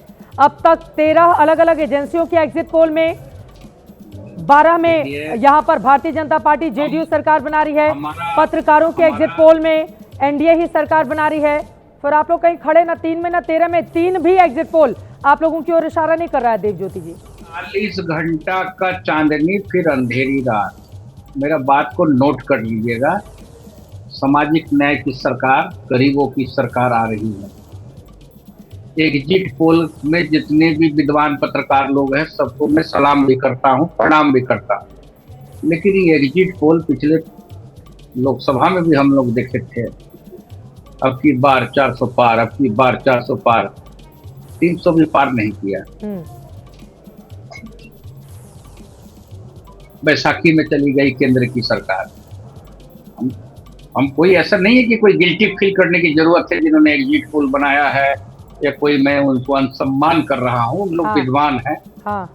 लेकिन सच्चाई झलकनी चाहिए। जनता, एग्जिट पोल तो जनता का ना एग्जिट पोल है, जनता ना जवाब दी होगी उसमें। आपका चैनल पिछले साल जो एग्जिट पोल किया था एबीपी, वो करीब करीब मिलता हुआ था, मैक्सिमम मिलता हुआ था। पिछले बार तो हम लोग एनडीए के साथ थे ना, पिछले बार तो महागठबंधन को जिता दिया था ये एग्जिट पोल। आ गए तेजस्वी की सरकार, और हमारी सरकार वीआईपी की 4 एमएलए से और हम पार्टी के आदरणीय जीतन राम मांझी जी के पार्टी के 4 एमएलए से सरकार बनी बिहार में। इसको तो कोई झुटला नहीं सकता है। बिल्कुल। हम लोगों ने छोड़कर बीजेपी में भी चले गए मुख्यमंत्री। अगर हमारा 4 एमएलए और आप जीतन राम मांझी जी का एमएलए तेजस्वी यादव जी को सपोर्ट कर देते तो तेजस्वी यादव जी मुख्यमंत्री बनते। और कोई लाखों का डिफरेंस नहीं था पिछले बार की 2020 की चुनाव में, 12,000 वोट का डिफरेंस था। बिल्कुल 0.3% वोट प्रतिशत का फर्क था। 37 दोनों के पास थे, सिर्फ 0.3% वोट प्रतिशत। लेकिन समझ में आ गया, आप हार नहीं मानेंगे और आप ये कह रहे हैं कि नहीं, अभी 14 तारीख का इंतजार कीजिए। स्टूडियो में जो मेहमान है जल्दी इनकी मैं टिप्पणी ले लेती हूँ। क्या धीरेन्द्र मुन्ना जी हमारे साथ हैं? धीरेन्द्र मुन्ना जी भी आ चुके हैं, एक बार उनकी टिप्पणी। धीरेन्द्र मुन्ना जी, एनडीए की सरकार बनती हुई नजर आ रही है। 2 और एक्स्ट्रा आज हमने ऐड किया, एक्सिस माई इंडिया और सीएनएक्स, वो भी एनडीए की सरकार बनाता हुआ दिखाई दे रहा है और पत्रकारों का एग्जिट पोल भी बता रहा है। यानी कि 2020 में आप लोगों ने जो डेंट पहुंचाया था एनडीए को, खासतौर से जेडीयू को, अब लग रहा है कि वो 6% वोट बैंक जब जुड़ा है एनडीए के साथ तो आराम से सरकार बनती हुई नजर आ रही है। श्रेय लेंगे क्या इसका आप, धीरेन्द्र कुमार मुन्ना जी? चित्रा जी, ये बिहार के लोगों का प्रेम है। ये श्रेय बिहार के 14 करोड़ लोगों को जाता है जिन्होंने अपने बिहार के विकास के लिए इस एनडीए की सरकार को लगातार मुहर लगाने का काम किया है। हाँ, इतना जरूर है, हम गठबंधन के सभी कार्यकर्ताओं को इसका श्रेय देना चाहते हैं, सभी तमाम घटक के नेताओं को श्रेय देना चाहते हैं, मातृत्व शक्ति को देना चाहते हैं, युवाओं को देना चाहते हैं। परिणाम जितने भी आए हैं, आपके एग्जिट पोल के जो इशारा कर रहे हैं, सीटों की संख्या पे मैं नहीं जाना चाहता हूं, लेकिन अस्थायी तौर पर बिहार विकास की गति को लगातार सीटों की संख्या में कई जगहों पर एलजेपीआर को बड़ा कम आंका गया है, तो अभी सीटों की संख्या को लेकर आप भी पूरा भरोसा नहीं कर रहे हैं? नहीं, हम सीटों की संख्या हमारी, इतना मैं बता सकता हूं कि आश्चर्यजनक हमारा काम बोलता है, हमारा नंबर एग्जिट का एग्जैक्ट में बोलता है। जब लोकसभा के चुनाव हुए थे तब भी सीटों की संख्या 1 या 2 मिलेगी, बाद में हुआ कि जीतेंगे 1 या 2, लेकिन 100% के साथ आए थे। इस बार भी बिहार के लोगों का प्रेम अप्रत्याशित मिला है और सबसे बढ़िया स्ट्राइक रेट के साथ गठबंधन में मजबूत उपस्थिति दर्ज करते हुए हालांकि बेगूसराय में ना आप अपना फायदा करा पाए, ना आप बीजेपी का फायदा करा पाए। वहां पर बेगूसराय में तो शानदार परफॉर्मेंस महागठबंधन का ही हो रहा है। चले, मैं आपके पास आऊंगी स्टूडियो में, जल्दी टिप्पणी ले लेती हूँ। आदेश रावल, आपसे शुरुआत करते हुए, अब यही तो कहा जाएगा क्या से क्या हो गया देखते देखते। इतना मुद्दा नौकरी का उठाया गया, खुद नीतीश कुमार की उम्र को लेकर सवाल दागे गए, महाजंगल राज बताया गया कानून व्यवस्था को लेकर, लेकिन कोई भी मुद्दा काम करता हुआ नजर नहीं आ रहा है महागठबंधन के लिए। नहीं, एग्जिट पोल का डाटा तो यही कह रहा है कि जो कल आपने दिखाया 10 एग्जिट पोल और आज जो दिखाए हैं CNX, एक्सिस माई इंडिया, वो सब कह रहे हैं कि सरकार एनडीए की बन रही है। लेकिन मेरे दो इशू हैं इसमें। पहला ये है कि अगर रोज़गार की गारंटी पे लोगों ने वोट दिया है तो उसका सीधा फ़ायदा आरजेडी को होगा, और जो लाभार्थी वर्ग है, जो महिलाओं के खाते में पैसे गए हैं, उसका सीधा सीधा फ़ायदा नीतीश कुमार जी को होगा, जेडीयू को होगा। ये इन दो फैक्टर्स के बीच में पूरा चुनाव है। दूसरा सबसे महत्वपूर्ण ये है, ये डाटा देख के ऐसा लगता है कि जो खाते में पैसे भेजे गए हैं उसने काम किया है। यानी लाडली बहन योजना, लाड़की बहन योजना, मैया सम्मान योजना के बाद प्रधानमंत्री मुख्यमंत्री सम्मान योजना जो नीतीश कुमार जी की है, उसने काम किया है। क्योंकि 75 लाख ज़्यादा वोट पड़ना 2020 के मुकाबले ये अपने आप में बताता है कि एक तबके ने उनको वोट दिया है। और जो ओवरऑल एग्जिट पोल हम देख रहे हैं, 6% महिलाओं का वोट पड़ा है, पुरुषों का है 62.8%। लगभग 4 लाख का डिफरेंस है पुरुषों में और महिलाओं के वोटर में, यानी महिला ने 4 लाख ज़्यादा वोट किया है। तो इस बार का जो फासला होगा, जैसे पिछली बार लगभग 12,500 वोट के डिफरेंस से हारे थे, इस बार ऐसा नहीं होगा, इस बार थोड़ा फासला ज़्यादा होगा। लेकिन अगर इस डाटा को मैं सही मान लूँ तो लग रहा है कि शायद लाभार्थी वर्ग ने ज़्यादा वोट नीतीश कुमार को दिया। ज़्यादा वोट, ये तो बड़ा अच्छा हो गया कि चुनाव के 2 महीने पहले खूब लाभ पहुंचा दो 10,000 रुपए का और उसका सीधा लाभ उठा लो। क्या मेगा यही काम कर रहा है जल्दी से जल्दी? लेकिन मैं ऐसा मानता हूं कि अगर आप सही मायने में महिला का विकास चाहते हैं तो आप उसको 5 साल तक उसका ख्याल रखिए, उसको लाभार्थी का फायदा पहुंचाइए। जीविका बहन योजना, बच्चियों को जो साइकिल दी गई थी, ये गिनाते हैं नीतीश नहीं, वो सब है, वो 2005 से चल रही है। साइकिल की बात है, जीविका है, सब कुछ है। लेकिन जो खाते में पैसे भेजने की बात है, सीधा सीधा चुनाव से ठीक पहले और चुनाव के बीच में जब आपका मॉडल कोड ऑफ कंडक्ट लागू है तब भी आपने पैसा भेजा। लेकिन मुझे लगता है कि 5 साल आदेश, लेकिन इसमें एक चीज और है, 5 साल 2005 से महिलाओं का वोट और अति पिछड़ों का वोट एक तरफा नीतीश कुमार को मिल रहा है, उसमें कोई डेंट नहीं पहुंचा पाया। मैं आपकी बात से सहमत हूं। मैं ये कह रहा हूं कि महिलाएं पहले से ही नीतीश जी के साथ हैं, सबको पता है। लेकिन जब आपने सीधा सीधा पैसा खाते में डाल दिया, वो भी चुनाव के बीच में, तो ये मुझे लगता है कि आप इस विकास को इसको आप 5 साल करिए। ऐसा नहीं कि चुनाव नजदीक आए तो आपने पैसे डाल दिए। मतलब हर महीने 10,000 रुपए कहां से लाएगी सरकार इतने पैसे? फिर साल उठेगा कि चुनाव आए तो आपने पैसा दे दिया, चुनाव चले गए तो आपने बंद कर दिया। लेकिन वो रोजगार के लिए 2 लाख लोन देने की बात कर रही है, कुछ सेलेक्टेड लोगों को 2 लाख रुपए लोन दिए जाएंगे। एक सेकंड, महाराष्ट्र में क्या हो रहा है? महाराष्ट्र के मंत्री कह रहे हैं कि ये जो योजना है लाड़की बहन, इसके कारण हमें बाकी योजनाओं के लिए पैसा नहीं बचता है, ठीक है, इसलिए हमें इसमें छटनी करनी पड़ेगी। तो चुनाव के बीच में पैसा देना, मुझे लगता है कि थोड़ा सा इस पे संशय सवाल खड़े होते हैं। एक और सवाल, चूंकि आप लगातार कांग्रेस पार्टी को भी कवर करते रहे, मेरा ये सवाल है, पिछली बार 19 सीटें मिली थी कांग्रेस को, और इस बार कांग्रेस पिछली बार के मुकाबले कई एग्जिट पोल में जो कल से लेकर आज हमारे पास आए हैं उसमें बुरा प्रदर्शन कर रही है। मतलब डबल डिजिट के आसपास भी रहना उसके लिए मुश्किल नजर आ रहा है। और देखिए, जब 14 तारीख को रिजल्ट निकलने हैं, राहुल गांधी है नहीं, शायद खबर जहां तक आप उसको कंफर्म करेंगे, वो विदेश चले गए हैं। नहीं, देखिए, कांग्रेस पार्टी की इसमें गलती कहाँ रही कि आपके पास पिछली बार 70 सीटें थी, इस बार आपको 61 सीटें मिली, और उसमें से भी 8 सीटों पे, यानी आपके पास 53 सीटें, बाकी फ्रेंडली फाइट है। जब तेजस्वी यादव ने यह कहा कि राहुल गांधी हमारे प्राइम मिनिस्टर कैंडिडेट हैं, उस यात्रा के दौरान क्यों कांग्रेस पार्टी ने इस बात की घोषणा नहीं की कि तेजस्वी यादव भी हमारे सीएम कैंडिडेट हैं? ठीक है। जब लालू परिवार में इस बात का फैसला हो चुका कि तेजस्वी यादव ही उनके नेता हैं, तो कांग्रेस पार्टी को ये मानने में क्या हर्ष था, जिसका स्टेक ही 20% का है। पहली बात तो कहा तो प्रधानमंत्री जी ने कि कट्टा दिखाकर सीट ले ली है मुख्यमंत्री। इस झगड़े में चित्रा क्या हुआ, इस झगड़े में कांग्रेस पार्टी को अच्छी सीटें नहीं मिली, कांग्रेस पार्टी को मुख्यमंत्री का पद नहीं मिला, और आखिर में आपको उनकी बात माननी पड़ी। तो अगर आप पहले ही मान लेते तो आपको बेहतर सीटें मिलती। तो वो तो नीतीश कुमार को लेकर भी बीजेपी में एक हिचक रही थी ना, जैसा तेजस्वी यादव को लेकर कांग्रेस में रही थी, तो भारतीय जनता पार्टी में भी हिचक रही थी। बार बार अजय आलोक जी हाथ उठा रहे हैं, बार बार जब सवाल पूछा जाता कि क्या नीतीश बनेंगे बाद में मुख्यमंत्री, तो कहा जाता कि इन्हीं के नेतृत्व में जा रहे हैं, सीटें खाली नहीं आ रही। एक लाइन की बात थी, यहाँ चुनाव के बाद नीतीश कुमार लेंगे शपथ। ये किसी भी बड़े नेता की ओर से नहीं कहा गया अजय आलोक जी। लेकिन अब तो एग्जिट पोल के आंकड़े बता रहे हैं कि बीजेपी के मुकाबले कई जगहों पर जेडीयू ज्यादा अच्छा परफॉर्म कर रही है, और 2 कल के एग्जिट पोल ने यह भी बताया कि बीजेपी के मुकाबले ज्यादा सीटें मिल सकती हैं नीतीश कुमार की पार्टी को। तो अब तो बोलना ही पड़ेगा कि नीतीश ही लेंगे शपथ। हमने हमारे में से किसी ने भी ये नहीं कहा कि नीतीश शपथ नहीं लेंगे या नीतीश मुख्यमंत्री नहीं बनेंगे। ये मुद्दा था ही नहीं हमारे लिए। हाँ। मुझे चित्रा जी बस एक फिगर बताइए, मैं नहीं बैठा हुआ था आपके पास, आपका ये सर्वे हमें कितने प्रतिशत मत दे रहा है एनडीए को? 40+ दे रहा है, अलग अलग जो हमने कल दिखाए थे और उसको लेकर आज मैक्सिमम। पिछली बार 37 थे। मतलब एक एवरेज 42, एक पोल डायरी 47% तक मतलब आपको पूरा वो दे रहा है एनडीए को वोट प्रतिशत। मतलब एक एवरेज रखे तो 43-44% मोटा मोटी हमें हर जगह से मत प्रतिशत मिल रहे हैं। बिल्कुल। आप मुझे ये बताइए कि बिहार को अगर 100% में 18% मुसलमान है, 18% हटा दीजिए आप, उसको तो वोट हमें मिलता नहीं है, बच गया 82%। 82% में 44% मत हमारे साथ है, और तब भी हमारी क्रेडिबिलिटी पे क्वेश्चन। महिलाएं, आदेश जी को एक करेक्ट करना चाहूँगा, महिलाएं 4 लाख नहीं, लगभग 5 लाख महिलाओं ने ज़्यादा वोट किया पिछले बार से इस बार। ठीक 1 साल पहले लोकसभा में चुनाव हुए थे, 40 में 30 सीट हम जीत के आए, 46.3% वोट हमारा था, 36.9% वोट महागठबंधन का, 9% वोट का अंतर था। 2020 से कंपेयर करना कहीं से भी लागू नहीं हो, इट वॉज अ फ्लूक, और वो फ्लूक हमारी गलती से हुआ था। हम खुद यह मानते हैं कि चिराग पासवान अगर अलग जाके एक अलग फ्रंट नहीं तैयार करते तो 2020 में भी रिजल्ट 2010 वाला ही होता। हाँ।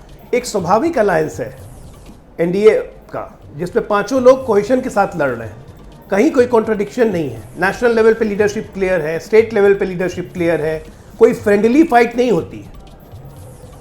और कहीं कोई नेता जिस दिन पोलिंग होना हो उसके एक दिन पहले मध्य प्रदेश का सफारी नहीं करने जाता है, और चुनाव का रिजल्ट आने के लिए कोई नेता जाके फिर मस्कट या बिहार में जब आपकी परीक्षा चल रही हो, वो कोई भी हो, हम परीक्षार्थी मीडिया कर्मियों के लिए, बाकी बड़े नेताओं को छोड़ दीजिए जिनको चुनाव लड़ना है, मीडिया में छुट्टियां कैंसिल कर दी जाती हैं, चुनाव रहता है तो 2 महीने तक कोई छुट्टी नहीं लेगा। और अगर बड़े नेता जिनको चुनाव लड़ना है वो जंगल सफारी का आनंद उठाएंगे, रिजल्ट आने के 2 दिन पहले वो विदेश चले जाएंगे और फिर कहेंगे नहीं एसआईआर में घपला कर दिया है, वोट चोरी कर ली गई है, तो ये सवाल पूछे जाएंगे पलटकर कि जब एग्जाम में वोट पड़ रहे थे तो अपने कार्यकर्ताओं का मनोबल बढ़ाने के लिए आप उस जगह पर मौजूद क्यों नहीं थे। और यही अमित शाह की खासियत है, यही जेडीयू और इन लोगों की ताकत भी है, जिसको लेकर बार बार सवाल तो दागे जाते हैं, लेकिन पलटकर जब विपक्षी दल खुद के भीतर झांकेंगे तो पाएंगे कि कमी कहां पर है। मेघा, लेकिन अब मैं सीधे आपके पास आते हूँ, और ये बिल्कुल सही बात है जो आलोक जी ने कही है, 37% उनका वोट शेयर पिछली बार का, 6% चिराग पासवान का जोड़ लीजिए तो वैसे इनका वोट प्रतिशत चला जाता है वहीं पर जो आंकड़े अभी मौजूदा वक्त में रिफ्लेक्ट कर रहे हैं। लेकिन प्रशांत किशोर, जिसका मेघा आपने भी कई बार इंटरव्यू किया, प्रशांत किशोर क्या कोई फैक्टर नहीं बन पाए चुनाव में? अगर क्लीन स्वीप दिखाया जा रहा है, नीतीश कुमार के चेहरे पर ही भरोसा किया जा रहा है, फिर से मुख्यमंत्री को लेकर उनके चेहरे को आगे करना पड़ा बाद में आखिरी में मानते, और फाइनली आप देखिए 20 साल से जो सीएम है, और वो भी तब जब अपने बलबूते कभी भी उन्होंने मैंडेट हासिल नहीं किया, हमेशा गठबंधन के सहारे रहे, उसके चेहरे पर फिर से जनता ने मुहर लगा दिया। चित्रा, पिछले 1.5 घंटे से ये चर्चा कर रहे हैं हम लोग, और ये पहली बार आप मेंशन कर रही हैं प्रशांत किशोर का नाम, तो खुद ही इसी से आप समझ सकते हैं कि वो मुद्दा किसी भी तरीके से नहीं बने हैं इस चुनाव में। ज़रूर प्रशांत किशोर का नाम बच्चा वहाँ जानता है, ज़रूर अपनी मौजूदगी उन्होंने दर्ज करवाई है पूरे बिहार में, ज़रूर एक नैरेटिव क्रिएट हुआ कि प्रशांत किशोर एक तीसरा फोर्स बनकर उभरेंगे, लेकिन ज़मीन पर ये होता हुआ नहीं दिख रहा है। मैं तब भी कहती हूँ कि शायद 2 या 3 सीटें प्रशांत को आ जाएं, शायद, जैसे कुम्हरार वाली सीट है जहाँ सिन्हा जी को उन्होंने खड़ा किया है, बड़े नामी इकोनॉमिस्ट हैं वहाँ के, हो सकता है कि वहाँ की सीट वो जीत जाए, तो ऐसा 2 या 3 सीट हो सकता है प्रशांत किशोर को मिले, लेकिन वो भी इसलिए मिलेगा क्योंकि वहां जो भी कैंडिडेट उन्होंने खड़ा किया वो कैंडिडेट स्ट्रांग है। प्रशांत किशोर की वजह से वो सीटें नहीं जीतेंगे, अगर जीतते हैं तो। अभी तो खाता खुलता हुआ बिल्कुल भी है। हाँ? वो सीट हारते हुए दिखाई दे रहे हैं हमारे एग्जिट पोल में। कुम्हरार वाली सीट, बिल्कुल कुम्हरार वाली सीट। वैसे मैं पर्सनली आपको कहूँ चित्रा, मुझे लग तो नहीं रहा है कि सिन्हा जी वहां से जीतेंगे, हाँ। क्योंकि वो एक एकेडमिशियन है, पॉलिटिशियन नहीं है, जिनको पत्रकारों के एग्जिट पोल में हारते हुए दिखाया गया है। करगहर, जहां से वो चुनावी मैदान में प्रशांत ने जाकर उनके लिए वोट भी मांगे थे और खुद भी मतदान किया था। वहां पर प्रशांत जाकर। किशोर का जैसा ये पूरा माहौल बना था चित्रा, मीडिया में ज्यादा बन गया ऐसा लग रहा है, जमीन पे थोड़ा कम बना। कनेक्ट किया होगा लोगों से, लेकिन बिहार को बदलने के लिए 3 साल, और प्रशांत जिस तरीके से बिहार को बदलना चाहते हैं उसके लिए 3 साल बहुत कम समय है चित्रा। ये नहीं कि मैं प्रशांत को ब्लेम कर रही हूं, मैं ये कह रही हूं कि ये समय कम है। जो वो चाहते हैं, जो उनका विजन है, जो वो कहते हैं अगर वही वो मीन करते हैं तो वो बहुत ही वेल मीनिंग है, मगर ये समय बहुत कम है। और चित्रा एक बात आपसे कहूं, नाराज होकर उठकर चले भी गए चित्रा थे। बात तो ये मैंने यही पूछी थी उनसे, वो क्यों इतने नाराज हो गए। छोटी सी बात थी, लेकिन आप ये देखिए, ये सवाल भी मैंने उनको पूछा था कि आपने बिल्कुल एंड में दूसरे पार्टियों से कुछ बाहुबलियों को, कुछ ऐसे लोगों को जो कि बिल्कुल क्लीन नहीं है, उन लोगों को क्यों एक्सेप्ट किया। मैंने ये सवाल उनसे पूछा, उन्होंने कहा अपवाद है। अरे आप तो इसी के खिलाफ लड़ रहे थे। लेकिन चलिए प्रशांत को अभी थोड़ा सा किनारे रखते हैं, क्योंकि ये बहुत बड़ा मुद्दा नहीं बने हैं। मैं कुछ चीजों को क्लैरिफाई करना चाह रही हूं। जल्दी से मैं ऐड कर देना चाहूंगी, बीते 3 या 4 दशक में अगर हम देखें तो वहां पर मुकाबला सिर्फ 2 ध्रुवों में ही रहा है, या गठबंधन में या 2 पार्टियों में। पहले अगर हम जाएं तो शुरुआत में हमने देखा था एक गठबंधन लालू प्रसाद यादव ने जो खड़ा किया, कांग्रेस के बीच था। कांग्रेस जब चली गई उसके बाद जेडीयू गठबंधन और आरजेडी गठबंधन आ गया, तो किसी तीसरे फोर्स को बिहार की जनता स्वीकार भी नहीं करती, जगह भी नहीं मिली। हो सकता है 5 साल 7 साल के बाद जब हम ये चर्चा करते होंगे ना चित्रा, तो शायद प्रशांत एक फोर्स, अगर वो रह गए, अगर वो यही काम करते रह गए आगे, तो शायद वो एक फोर्स बन के उभरे, लेकिन अभी नहीं दिख रहा है। पहले आदेश की एक छोटी सी बात मैं क्लैरिफाई कर दूं। आदेश ने कहा कि महाराष्ट्र में अब नेता ये कह रहे हैं कि बड़ी मुश्किल हो रही, पैसे नहीं है लाडली बहन योजना को पूरा करने के लिए। बात अगर आप सही आकलन करेंगे कि वहां पर क्या हो रहा है और सरकार की सही स्टेटमेंट सुनेंगे, तो वहां सरकार का यह कहना है कि हमने सिर्फ उन औरतों को इस पूरे एम्बिट से बाहर निकाला है जो औरतें इस कैटेगरी में आती ही नहीं है। वो इनकम टैक्स फाइल कर रही हैं, जिनकी अपनी खुद की इनकम है, तब भी उन्होंने अप्लाई किया था और पैसे मिल रहे थे। हमने बस उनको बाहर किया है, जिनको मिलना चाहिए उनको मिल रहा है, ये सरकार का कहना है। बाकी तो ठीक है, आप उस पर विश्लेषण कर सकते हैं। तीसरी एक जो बहुत इंपॉर्टेंट बात है, देखिए चित्रा, कल भी आप लोगों ने एग्जिट पोल दिखाया, 11 में से 10 एनडीए अलायंस को बढ़त दिखा रही है या हाफ वे मार्क क्रॉस करते हुए दिखा रही है। आज हमारे रिपोर्टर्स और हमारे स्ट्रिंगर्स ने भी कहानी वही बताई है। आंकड़े कम होंगे, स्लिम मार्जिन है, कहानी वही है, एनडीए अलायंस जीतती हुई दिख रही है। लेकिन जो चीज की चर्चा हमने नहीं करी, और जितना ये इंपॉर्टेंट है बताना इस वक्त, कि 31 ऐसी सीटें, आपने कहा 31 ऐसी सीटें हैं जिसपे कांटे की टक्कर है, क्लोज फाइट है।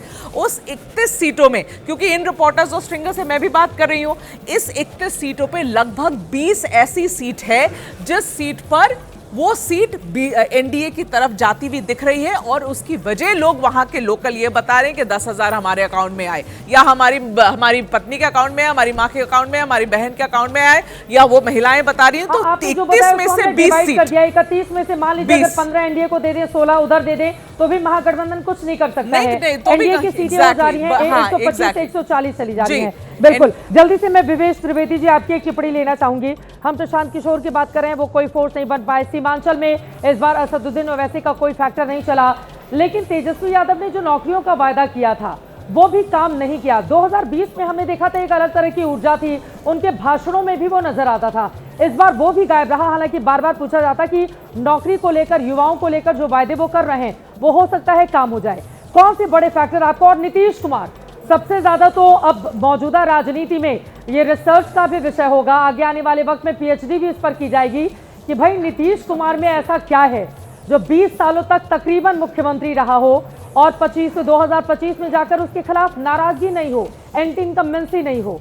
नीतीश कुमार जरूरी हो गए हैं और मजबूरी भी हो गए हैं बिहार में, जो भी पार्टियां, चाहे आरजेडी हो चाहे इधर वाली भारतीय जनता पार्टी हो। विभेश जी, राजनीति में हमेशा नेता के दिमाग की जीत होती है और करोड़ों लोग कुर्बान हो जाते हैं।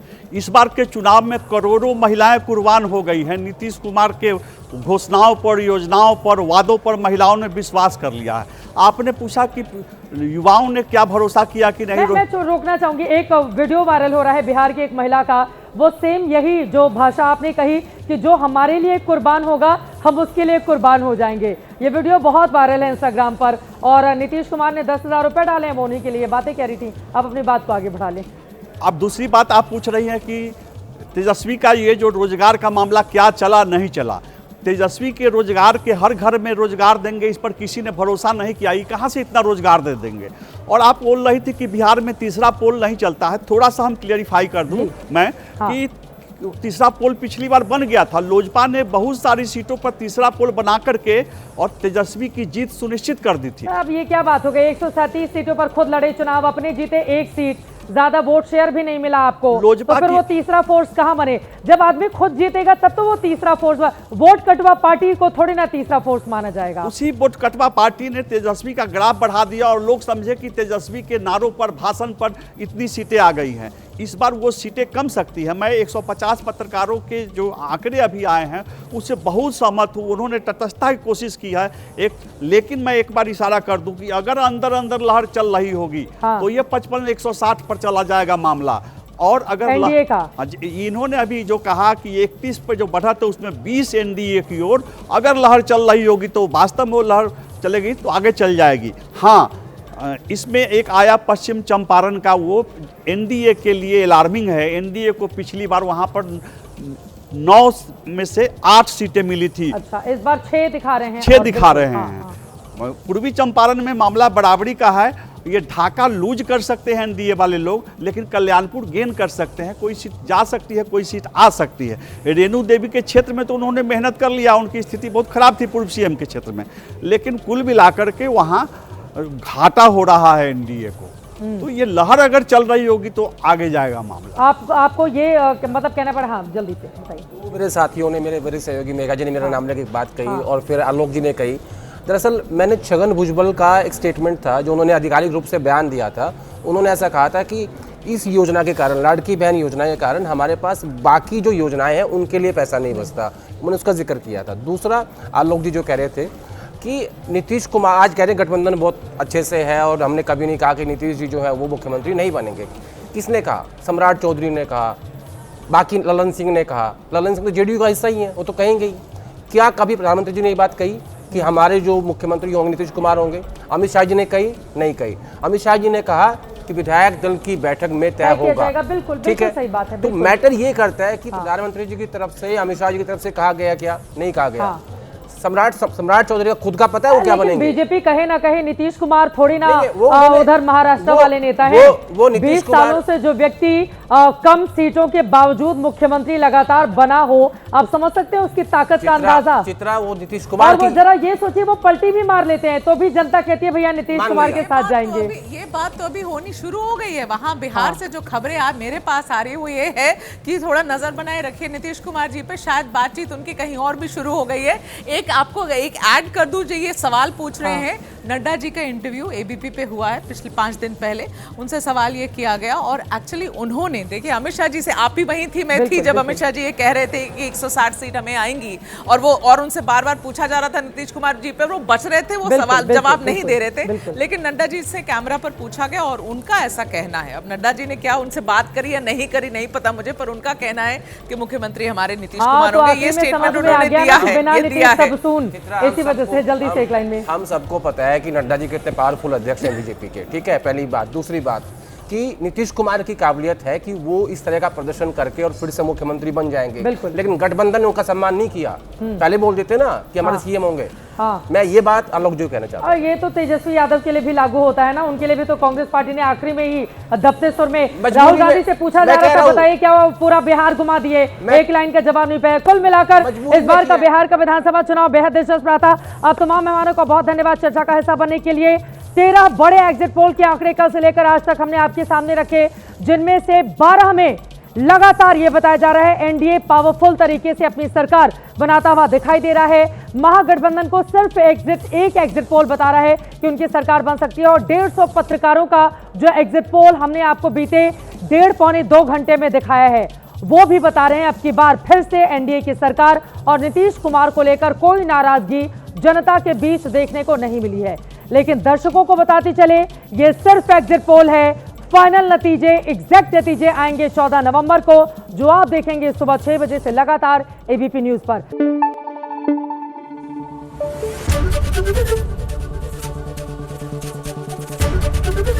एबीपी न्यूज आपको रखे आगे।